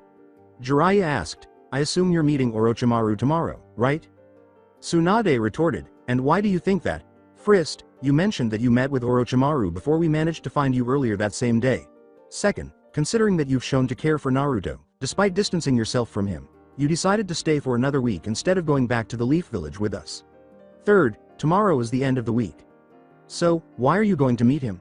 What did he offer you in return for restoring his arms?" replied Jiraiya. With a fierce expression on her face, Tsunade retorted, "That's none of your business. But I'm not going to restore his arms. I'm going to kill that bastard, once and for all." She had a look Jiraiya hadn't seen in a while. Jiraiya took a sip of his sake and remarked, "I see. And how do you plan on doing that? You haven't been in a fight this intense in a long time. You'll need my help." Tsunade took a sip of her own sake and replied, "I just need you to give me a little head start. Not long, just an hour." "Why do you need that long? Chances are Orochimaru might have his companion attack Shizune, in order to prevent her from interfering. I need you to wait until you notice his presence before you move. I'll leave half an hour before we are to meet. Knowing Orochimaru, he won't show up until 5 minutes before the said time of the meeting. If we move from the meeting place, then just use Taunton to track me down." I see. Alright, but you better be alive when we get there." Tsunade laughed as she took another sip of her sake and said, "Don't underestimate me, Jiraiya. That'll be Orochimaru's mistake." Jiraiya sipped his sake and said, "Heh. Alright, princess. Oh, make it look convincing that I slipped you a Mickey tomorrow morning. At least until you start heading to the battlefield. Trying to catch the enemy off guard, huh? I like it." Away from Tanzaku Town, Taunton, Jiraiya, Shizune, and Naruto had arrived in time to prevent Kabuto from killing Tsunade. When Kabuto saw Jiraiya and company, he thought, "Damn it. I almost had her." Naruto had witnessed Tsunade being attacked by Kabuto.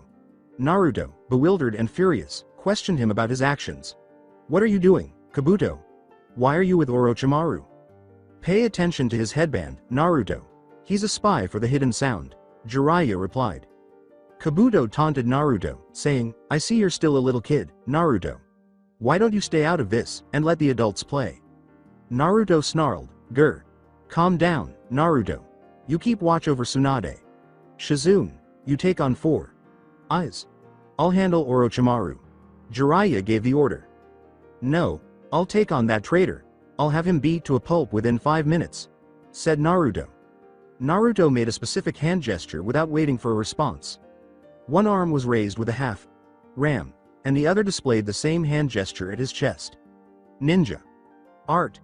Jutsu with hidden mist. Then a thick mist started to fill the space. The plains were shrouded in mist in a huge circle with a radius of 100 feet.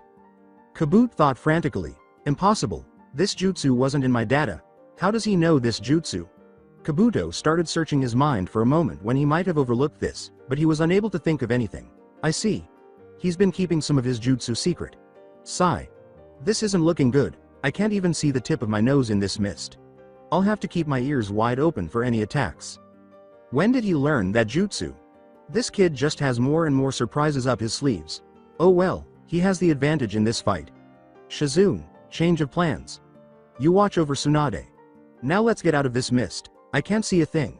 Jiraiya was thinking or ordering. Shizune grabbed Tsunade to get out of the mist, covered area and said, "Yes, Lord Jiraiya. Be careful, Naruto." As he walked out of the mist, Orochimaru thought, seems we've underestimated the boy. I'd kill him now, but even I can't tell where he is. Oh well, I'll just leave it to Kabuto. Kukakukuku. Naruto recalled discovering the scroll that contained the jutsu and thought, it's a good thing Haku snuck that scroll into my weapons pouch. Rewind as he shut the door to his apartment, Naruto uttered the words, finally home. Naruto started preparing for sleep. Take a shower, brush your teeth, etc. However, Naruto made the decision to check the number of weapons he had left in his weapons pouch before turning in for the night. In addition to losing roughly half of his stock, Naruto discovered a scroll that had not been there when he last looked at it. When Naruto chose to open the scroll, he was immediately met with a note from Haku. Greetings, Naruto. I've noticed that you usually keep your jutsu a secret. I made the decision to assist you in concealing it more effectively than those smoke bombs. It should be very beneficial, but it might cost some chakra. Everything you need to know about the hidden mist jutsu can be found after this message. You'll get a very dense fog if you just use a little extra chakra correctly. Whatever your jutsu is, no one will be able to see it. I appreciate everything. Your companion, Yuki Haku. Before turning in for the night, Naruto closed the scroll and said, "Thanks, Haku." Naruto would start practicing the jutsu on his own in his apartment the following day. Flashback termination. Pulling a kunai from his pouch, Naruto called out, "Actually, on second thought, I'm gonna kick you ass in less than a minute, Kabuto." Naruto was able to sense Kabuto's location because the mist was charged with his chakra. He had already felt Orochimaru emerge from the mist, Shizune with Tsunade and Taunton, and Jiraiya. Naruto was currently blind outside the mist, but he might as well have the Byakugan inside. In a way. Kabuto, certain that Naruto couldn't accomplish what he claimed, said, "You honestly think you can, Naruto? Why don't you try it then?" "You damn right, I can," Naruto exclaimed while indicating with his hands. Clone Shadow Jutsu. With each clone drawing a kunai, Naruto screamed. "Hey, Shadow. Clones won't help if you can't see. You really are just a kid, thinking things are so easy. Your dream of becoming Hokage, for example. That will never happen. I know this because you'll die today. I'll make sure of that," Kabuto stated as he prepared his kunai. In the meantime, it was difficult for Orochimaru to fight Jiraiya. It was almost impossible to use any jutsu because he was unable to use his arms properly. He was forced to use taijutsu, but sadly, his arms simply swung around as he moved. Exasperated, Orochimaru reached out and tried to bite Jiraiya in the jugular. Ninja. Art. Jizo needle. Jiraiya dialed. His hair spread out a little and encircled his body. Orochimaru barely managed to keep his head from getting seaward. Withdrawing his neck, he proceeded to kick Jiraiya's bare face. Jiraiya retaliated, though, by holding his needle-haired shield in front of his face, resulting in a painful acupuncture treatment for Orochimaru's foot. "Ah!" Orochimaru exclaimed in agony. Orochimaru's foot became lodged in his hair as Jiraiya exploited this and undid the majority of his jutsu. Jiraiya raised his own foot and kicked Orochimaru hard in the face, sending him flying in the process. Orochimaru rolled to his feet as he landed on the ground, preparing for a counterattack. Orochimaru thought, "Damn that old man, for taking my arms. I'd have this battle done by now," as he looked murderously at Jiraiya. "Hey. What's wrong, Orochimaru? Can't keep up without your precious jutsu? Maybe next time you'll think twice before attacking the Leaf Village," taunted Jiraiya. Orochimaru saw Kabuto emerge from the fog and ascend toward the sky at a southerly angle before he could retaliate. Although it was difficult to tell, Kabuto appeared to have sustained some serious wounds. A little while ago, 5 kunai could be heard flying in Kabuto's direction. Kabuto yelled, "Not good enough," as he stopped the kunai. In front of him, the kunai were now spread out in a parabolic line. Naruto exclaimed, "Oh yeah? Then take this." Then, each of Naruto's clones created a Rasengan and employed the flying Raijin jutsu, without announcing it, to show up by each kunai. Rasengan was yelled simultaneously by the 4 clones as they slammed their jutsu into Kabuto. Another went into his right forearm, one into his left shoulder, one into his right side ribs, and the 4th into his left thigh. After a brief pause, the real Naruto finally slammed his jutsu into Kabuto's stomach, using Air Rasengan to send Kabuto south by angling his leverage. Naruto scattered his clones after launching Kabuto into the air. Now, with a debilitating thud, Kabuto struck the ground, landing in a tiny 2-foot crater. In a hurry, Orochimaru went to check on Kabuto's condition. When Orochimaru arrived, he observed the wounds Kabuto had sustained while flying through the fog. In addition to having a dislocated left shoulder, a broken right forearm, and a broken left thigh, Kabuto also had tears in his shirt, which suggested that he had broken ribs and some internal bleeding. To the still conscious Kabuto, Orochimaru remarked, "That boy is quite intriguing, to injure you so badly so quickly." Kabuto grunted in agony and said, "I.NNG. I'll be fine, L. Lord Orochimaru. Just give me a minute." Instead of responding, Orochimaru gazed into the fading mist. The mist soon dissipated entirely, exposing a smirking Naruto. Orochimaru rushed at the boy at full speed, furious at his arrogance. Seeing this, Jiraiya, who was already sprinting in Orochimaru's direction, altered his plan to stop his old teammate's assault. With the intention of throwing Orochimaru off his course, Jiraiya leapt in his direction. Seeing this coming, Orochimaru jumped straight into the air and focused chakra on his tongue. Orochimaru twisted around, caught Jiraiya off guard, and fired his extended tongue at his ankle. Before being slammed into the ground, Jiraiya was forced to follow the wet appendage in wide circles. As Naruto watched, he suddenly experienced a sharp pain in his ankles. Naruto screamed, "Ah!" as he struck the floor. When Naruto turned over to investigate the source of the excruciating pain, he saw Kabuto's head with a kunai in his mouth. He noticed that his ankles were sliced through by his Achilles tendon. Kabuto emerged from the ground with his severe wounds, which had only just healed. Kabuto dropped the kunai from his mouth and said, Now, Naruto. You didn't think I was down for the count, did you? Big mistake. I don't know how you did this, but it doesn't matter. You'll still die today." As Shizune attempted to cut Kabuto's jugular with her chakra scalpel, he attempted to jump backwards. Shizune made another attempt to murder Kabuto, calling out, "You're the only one who's going to die. You along with Orochimaru." Kabuto's left leg injury was being pushed. However, Kabuto was able to continue evading Shizune's attacks by channeling a consistent and powerful flow of healing chakra into his thigh. "Apparently you forgot about Lord Orochimaru. Naruto's a goner. Ha ha ha." Shizune turned around with a gasp. She had forgotten about Orochimaru, and Kabuto was correct. With his grass longsword emerging from his mouth, Orochimaru was now above Naruto. Shizune was taken by surprise when Kabuto kicked her before she could react, knocking her down in the process. When Shizune looked up, she was astounded by what she saw. With the sword extending from her lower back, barely missing the spine, she noticed Tsunade standing between Naruto and Orochimaru. Shizune could tell by the angle that the sword had gone in just below her left ribs.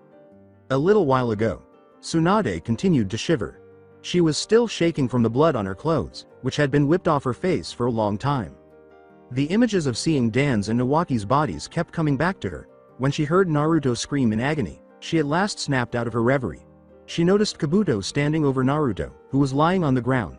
She also witnessed Shizune launch her attack on Kabuto in an attempt to stop him from murdering Naruto. Regretfully, Orochimaru exploited the circumstance. His grass longsword was now out of his mouth as he stood above Naruto. She was shown scenes of Dan's and Nawaki's corpses once more, but Naruto's was present this time. Then she felt something snap inside of her. After getting up and running, she realized that the sword was piercing her all the way through. This caused Tsunade gagged to cough up blood. "Tsunade, you're the last person I wanted to kill. So why are you putting yourself between me and that worthless brat?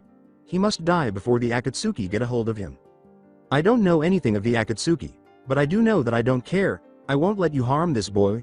He is destined to become Hokage someday. He will be my successor. As of today, I am the 5th Hokage. And I will start by protecting this boy." Tsunade screamed as he struck her. As a result, Orochimaru and his sword were violently taken from Tsunade's body, and Orochimaru flew backwards. Tsunade exclaimed in agony, "Ah!" before freezing when she saw her own blood. Her shuddering took over again. She was starting to get anxious, until she recalled Naruto's strength and how easily he defeated Kabuto. She also recalled how he had been on the verge of death only a moment before. Tsunade's shaking stopped as she decided to defend Naruto. A short while ago, Orochimaru pulled out the grass longsword and said, Cuckoo. How sad. There's no one left to protect you, Naruto. HN. Normally I'd be very interested to see how strong you become, but knowing that the Akatsuki is after you, I can't allow you to live. Shit. The only seal I can think of is the one in my apartment. I'll have to dodge this at the last second. Naruto was thinking. It seemed to be moving slowly as Naruto watched the sword approach him. A few drops of blood fell on his face just before he used his secret jutsu. Huh? What the? Grandma Tsunade. When Naruto looked up, he saw Tsunade standing inches from his face, between him and Orochimaru, the sword sticking out of her back. Naruto simply lay there and listened to what they were saying. When Naruto heard what Tsunade had to say, he was shocked. She began to tremble, which alarmed Naruto, but he was shocked when it stopped. Now, Orochimaru grinned as he started to get up and noticed that Tsunade had started to shake once more. He seized the chance to rush in Tsunade's direction, but Jiraiya stopped him. Just about time, he. Orochimaru said in a very composed tone, Jiraiya, why must you insist on interfering with my business? Why must you be a cowardly snake in the grass? Also because, you tried to kill my student, replied Jiraiya, as well as my godson. Orochimaru charged Jiraiya with the intention of killing him, hissing in frustration. After a few seconds of fighting, Orochimaru was suddenly launched into the air. Orochimaru quickly recognized the person who had kicked him when his gaze fell upon Tsunade, who was completely uninjured. Orochimaru thought, damn it. This isn't supposed to be how it happened, as Kabuto touched down beside him. Kabuto pointed to Naruto and Shizune, saying, Lord Orochimaru, what should we do? The advantage is no longer in our favor. Shizune had barely been able to push Kabuto back during the fighting, and only because of his severe injuries. In order to get Naruto back in fighting form, Shizune was currently caring for his wounds. When Orochimaru assessed their current circumstances, they didn't appear to be doing well. Initially, Kabuto was severely hurt, barely able to move, and unable to defend himself against Naruto and Shizune. Second, his injuries were initially caused by Naruto. His arms, finally. At this point, they were essentially rotting limbs, and his jutsu aside from those that don't require hand signs were out. However, at least 95% of them needed hand signals. Despite his dislike, Orochimaru was powerless to stop it. Before he vanished with a shunshin, Orochimaru said, You may have refused to heal my arms.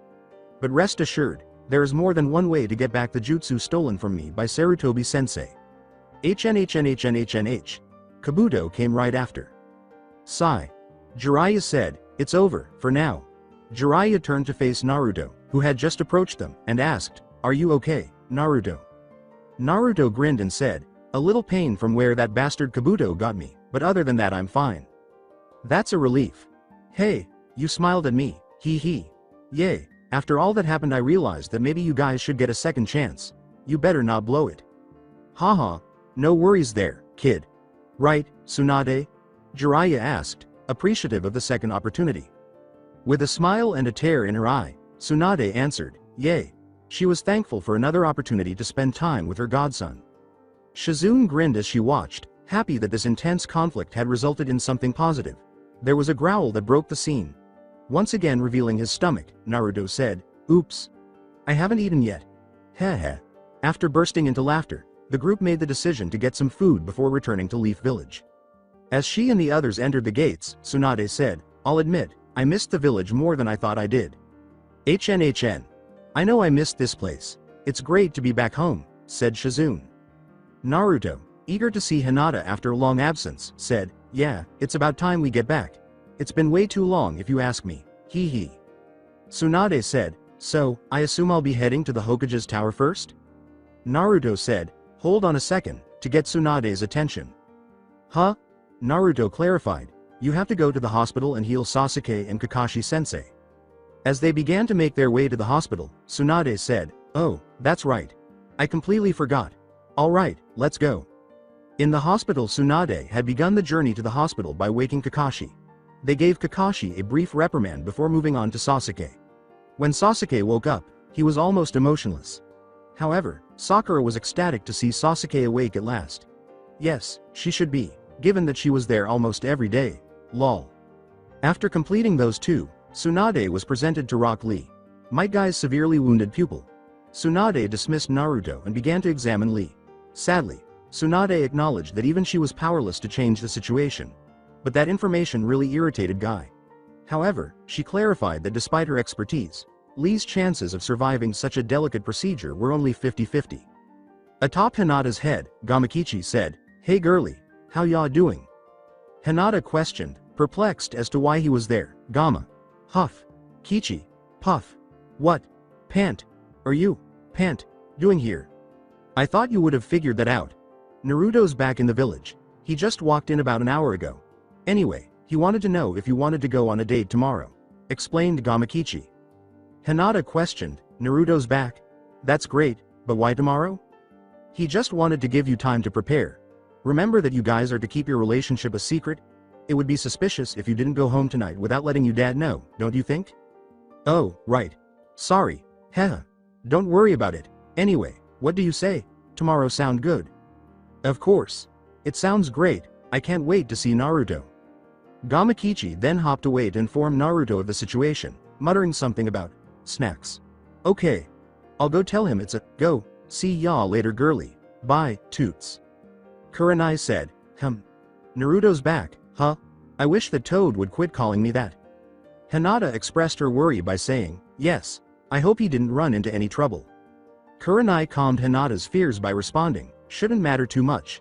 He has that jutsu, and he had Lord Jiraiya with him. As Hinata assumed her clan's fighting stance, she said, you're right. Let's get back to training, sensei. Right, let's go. Hokage Monument Naruto inquired, you've really been training that hard, Hinata? In an attempt to understand why Hinata was putting in so much effort. Why? Yes. You see, Kurenai sensei asked what we would do should our enemies learn of jutsu. She believes that we could go to war, because the other hidden villages would fear that jutsu. And if they somehow find out about our relationship, then I'd be nothing but a burden if I were to be captured, Hinata clarified. Naruto took a moment to process the words before responding. I guess that makes sense, Hinata. But if that happened you'd have a kunai with the seal on it. That way I'd be there to help you get out of there. Maybe, but what if they tried again? They could possibly kill me before you got there. I don't think either of us wants that. I don't want to be a burden to you, Naruto. You're right, Hinata. Sorry, it's okay, Naruto. I promise you, that I won't be a burden to you. Hinata, you could never be a burden to me.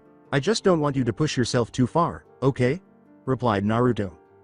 Hinata trusted, I'll be fine. I promise. Naruto leaned slightly closer to Hinata and said, hey. Alright, Hinata. Hinata blushes visibly at the proximity. However, she sensed that Naruto was not quite right. Hinata was about to inquire as to what it was, prior to Naruto outwitting her. I think things are gonna be more dangerous from here on out, Hinata. Hinata questioned, why do you say that, Naruto? Sigh. The day we left in search of Grandma Tsunade, we met two very powerful ninja. One of them was Sasuke's brother, Itachi. He was the guy that killed off the whole Uchiha clan. His partner was some guy from the Mist Village, Kisame Hoshigaki. Naruto clarified. Gasp. Hinata exclaimed, they're incredibly dangerous shinobi. Why did you meet them? As her anxiety increased. It wasn't by choice. Those two are part of group called Akatsuki, and for some reason they want the 9 tails that's inside me. I managed to hurt Itachi, but it was only because I caught him off guard. He'll be more cautious next time, Naruto clarified. I see. We'll have to be more careful as well then, right? Replied Hinata. Yay. Anyway, don't worry about it right now, okay? Let's just enjoy the rest of our date, okay? Sigh. Okay. After an additional hour of sitting, the two changed into their disguises, and Naruto, escorted Hinata, to her sensei's apartment. Good night, kisses were exchanged before they parted ways. Kurenai inquired about everything's progress after entering, observing Hinata's expression. After that, Hinata told Naruto what had transpired during his mission. Kurenai was shocked that Naruto was able to hit Itachi when she was powerless to stop him, even though she knew he was capable of using such a strong jutsu. She was nevertheless relieved that he was safe. The following day Hinata was on her way to her father's workplace. She needed to talk to him about something important.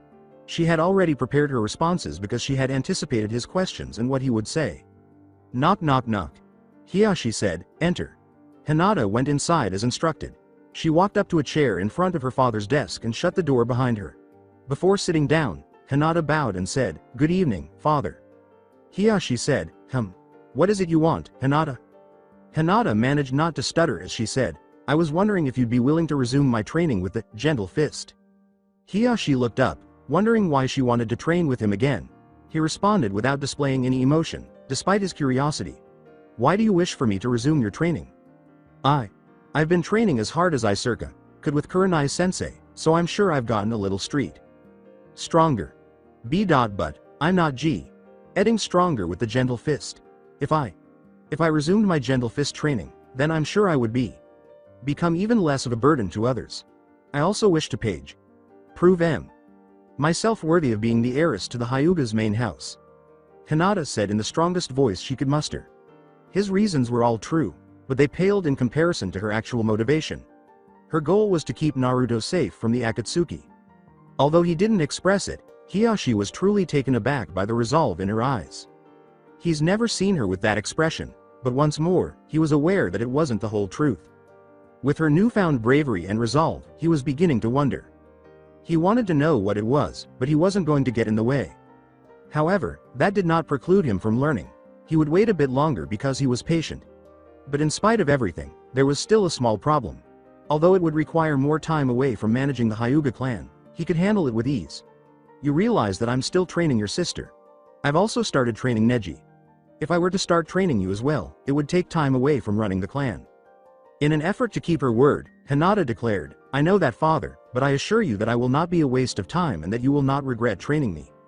After giving it some thought, Hiyashi said, very well, I'll give you a chance. Your training starts tomorrow morning. As she got up, bowed, and walked out of the office, Hinata said, understood. Thank you, father. After that, Hinata went to prepare for bed so she could recuperate for training the following day. 2 weeks later. Over the last 2 weeks, the reconstruction was progressing well. The villagers could finally relax and stop worrying about another attack after Tsunade was formally sworn in as Hokage. Tsunade had been trying to figure out how to assist Lee for a long time. She perused numerous books until she came across one that she could utilize. In order to promote the body's healing process, it was mentioned that all of the cells in the body should be activated. Although it was a rather complicated technique, she was confident that she could master it with enough practice. Tsunade was now reviewing the Chunin candidates' recommendations. These suggestions were made by different feudal lords and proctors. Tsunade had previously met with the proctors and corresponded with the feudal lord of the Land of Fire. Their justification for the suggested candidates seemed to be quite sound. Promoting the deserving candidates was the only task remaining. Knock knock. Tsunade yelled, enter. Shizune entered after being given permission.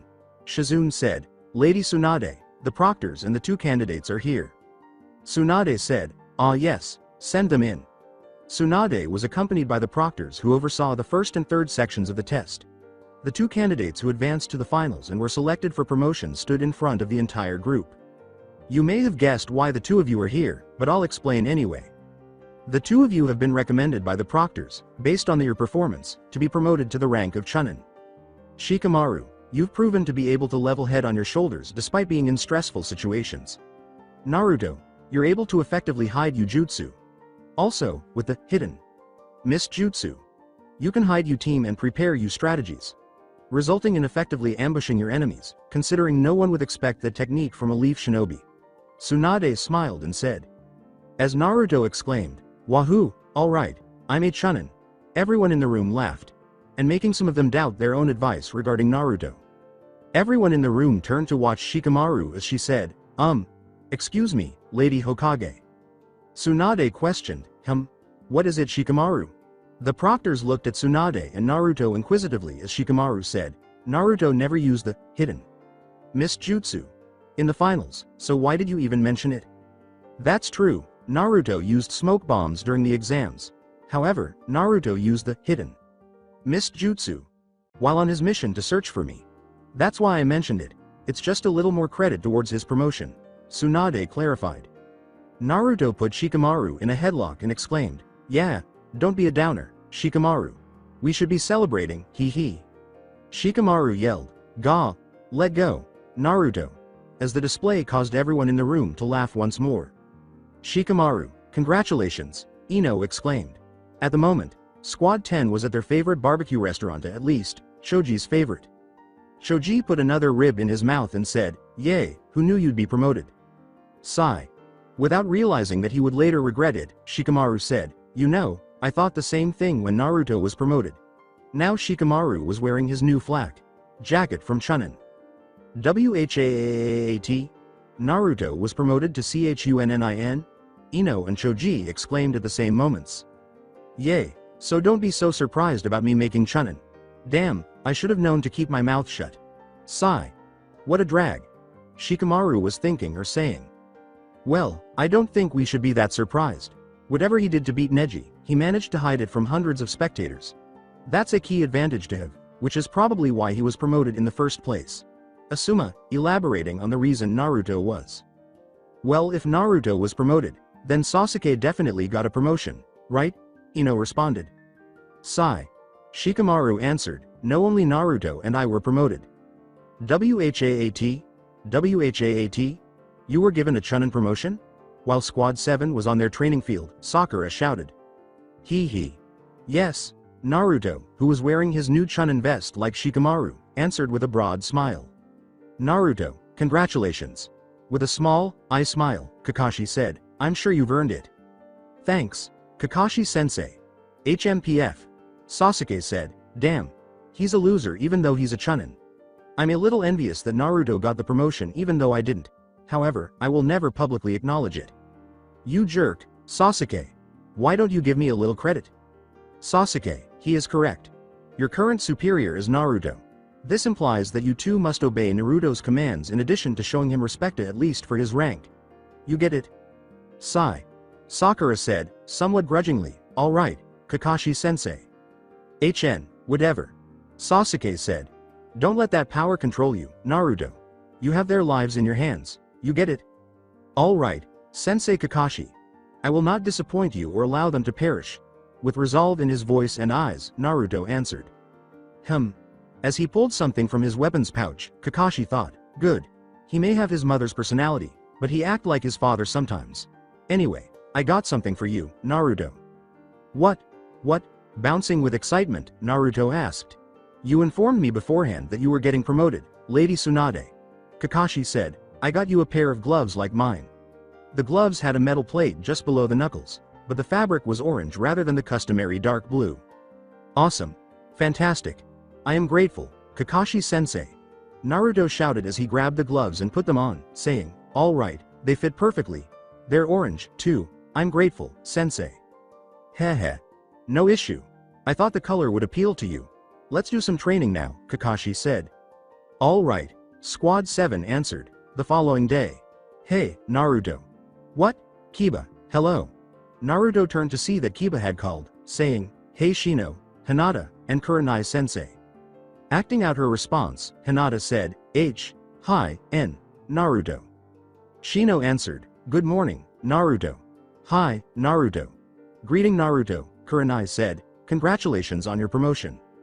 In response, Naruto said, thanks, sheesh. It's unbelievable that you, of all people, were promoted. Unbelievable, the dead last of our graduating class, Kiba said. From the person who was assaulted by the dead last, Naruto shot back. Why you? Slow down, Kiba. Anyway, congratulations, Naruto, Asuma said as he and his team approached the group. Naruto said, thanks, Asuma-sensei. Choji and Ino said, yay, congrats. Thank you, everyone.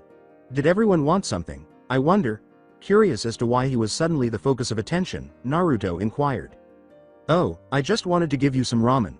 By the way, nice gloves. Was that a present from Kakashi? Kurenai inquired. Yes, they are fantastic. Naruto answered, and ramen would be great, thanks. No issue. Here, this book explains how to use and dispel genjutsu. Kurenai handed him a book and said, it might be useful someday.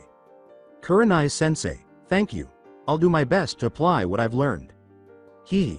That's excellent. How about I give you your gift now that Kurenai gave it to you? Asuma pulled out a 10 by 3-inch box and said, here. Yes. What is it? Naruto took the box and asked. A chakra dagger was given to Shikamaru. It absorbs the chakra of the wielder. My trench knives are more like yours. You're a wind type, so I thought you might find it useful. As Naruto opened the box and put on his new weapons, Asuma explained, you would be even more formidable than you are now if you just focused your wind chakra while you were fighting. Whoa. This is fantastic. Asuma-sensei, thank you. In order to feel his knives, Naruto threw a few punches into the air before speaking. Heh. No issue, child. In any case, Kurenai, the ramen is on you. Asuma turned to Kurenai and asked. Yes, but only mine and Naruto's squads. You and your squads are paying for themselves. Kurenai said, Heh. The group then proceeded to eat some ramen. Hi, Naruto. Neji, Tenten, and Guy called after Lee, who was in the hospital for an appointment. Super bushy. Brow, sensei. Hello. What is going on? As Guy and 2/3 of his team approached him, Naruto wondered, what's up with all the attention, all of a sudden? I just wanted to say thank you for getting promoted. It was simply amazing how you defeated Neji. This is for you, anyway. Guy said as he gave Naruto something that was wrapped in cloth. What is it? Are these gauntlets, huh? Naruto unwrapped the cloths and asked. Yes, they are. They will assist you in deflecting a variety of weapons, such as staffs and swords. Shikamaru isn't a close up type, but I would have given him the same present. Well, that makes sense. Anyway, many thanks, Naruto said as he put on his new gauntlets. Naruto, no issue. Give Naruto the thumbs up, Guy said. Then Neji approached Naruto and said, Naruto, could I speak to you? By yourself? Neji inquired. What? For what purpose? I have something I'd like to ask you. Yes, of course. I suppose, Naruto said, beginning to follow Neji. After being verified by Neji's Byakugan, the two were left alone when Neji posed his first query. Naruto, how is that you beat me? Even though the smoke bombs were blocking my view, I could still see you moving at all. This question was somewhat expected by Naruto, but he didn't trust Neji to provide the answer, so he simply responded, Neji, I can't tell you that. It's a secret, and I don't feel comfortable sharing it with others. Even my team was reluctant to know. They had to gain my confidence, and they succeeded. What about Hinata? You trust her with this secret, but why? Neji inquired. What? What are you saying? Fearing that Neji knows more than he is revealing, Naruto inquired. Naruto, don't treat me like a fool. Lady Hinata had dropped a smoke bomb attached to a kuni. The fact that she dropped the kunai at the same time you dropped a smoke bomb wasn't a coincidence. She is aware of your secret jutsu. How? Angry that Naruto was attempting to treat him like a fool, Neji inquired. Sigh. She is aware of it, but more than anyone else, she gained my trust. Long ago, she found out what my secret jutsu was. She had the option to tell anyone, but instead she chose to learn why I was keeping it a secret. I'm happy she did. She asked me about it after knowing for months. That gave me confidence in her. When the time for the Chunin exams arrived, I assured her that I would assist her if necessary. She dropped the kunai for that reason. In any case, that is all you need to know. You get it? With a blatant yet quiet threat in his voice, Naruto asked. Grr. Sigh. All right. However, how did you resist your destiny? You defeated me even though I said it was your intention to lose. How? Because I don't think fate exists. It's not Hinata's or mine, but it might be your way of giving in to fate. I intend to assist her in changing the Hyuga clan's way of life, after I'm made Hokage. Anyway, I have a new mission to meet with my team. After saying, I'll see y'all around, Naruto turned around and headed for the Hokage's tower. After a few minutes of standing there in shock at what he had just been told, Neji broke into a smile and said, I see. Well, we'll just have to wait and see. In any case, I'm excited about it, Neji said as he began to awaken and return to the Hyuga training compound. Grandma Tsunade, hello. What will be our next task? As Naruto entered Tsunade's office, he inquired. You brat, stop calling me that. The call of Grandma irritated Tsunade, who yelled. Hee. You're a chunin, Naruto. Before Sakura could chastise Naruto and give him a lecture about respect, Kakashi said, act like it. Hee. Do not worry, Kakashi-sensei. What's the mission, anyway? Naruto inquired. Sigh. You're going to meet Yukie Fujikaze, an actress. Tsunade started this. Yukie Fujikaze. Something from the Princess Gale films? Fantastic. My favorite actress is her. Funny. Yes. Naruto interrupted Tsunade with a cheer. You, cuckle. Head, pay attention. Tsunade shouted, growing irritated with Naruto. Hee. I apologize, I was just excited, hey. Cuckle. Head. Sigh. This mission has a A rating. You four are tasked with keeping Yukie Fujikaze safe until the completion of her next film. The Land of Snow is where it will be filmed. Does that make sense? When she had finished describing, Tsunade inquired. Kakashi bowed to the village chief and said, "Yes, Lady Tsunade." Sakura and Sasuke both bowed in response, saying, "Yes, Lady Hokage." "Grandma, you got it." With a casual wave and his signature smile, Naruto said, "Leave everything to us." Everyone, with the exception of Naruto, thought, sigh. I'm starting to wonder if promoting him was the right decision. The Land of Snow 3 ninja were kneeling in front of a big man in a high, collared trench coat with short black hair that was slicked back in a large throne room inside a castle in the Land of Snow. "We located her, Lord Dodo. Princess Koyuki Kazuhana is actually Yukie Fujikaze." A man with long gray hair in a ponytail said, "She also has the hex crystal." "Well done, Nadir. She is being escorted to the Land of Snow by whom?" The big man, who was introduced as Dodo, asked. The gray-haired man replied, "There was only one group of Leaf Ninja under the command of Kakashi Hitaki, aside from the other actors and the camera crew." HNHN. It sounds like a rematch is inevitable. "Correct, Nadir?" asked the lone Kunoichi, who had two pink pigtails and was dressed similarly to her two allies. "Enough talking. Go say hello to our friends, and use the hex crystal to bring the princess back here alive," Dodo commanded. "Yes, sir," the three ninjas answered before carrying out their directive. In the sea on a boat. "Dude, if I have to keep watching this spoiled, I'm going to go crazy," Naruto started, but Kakashi cut him off. "Now, Naruto, you have an obligation to complete this mission without protest because you are a Chunin." "Yes, I am aware. But throughout it all, she has been a pain in the ass. She flees first. Second, she gives me a pepper spray right before tearing up the autograph I requested. Third, she gets intoxicated and disparages her own line of work." Naruto continued his tirade by explaining, "And let's not forget that she nearly ran over some kids with a horse, and she never bothered to apologize." Sigh. Kakashi said, "Let it go, Naruto." Sigh. "All right. However, I won't enjoy it," Naruto answered. That's it for today. I hope you guys enjoyed this great story. See you in the next one.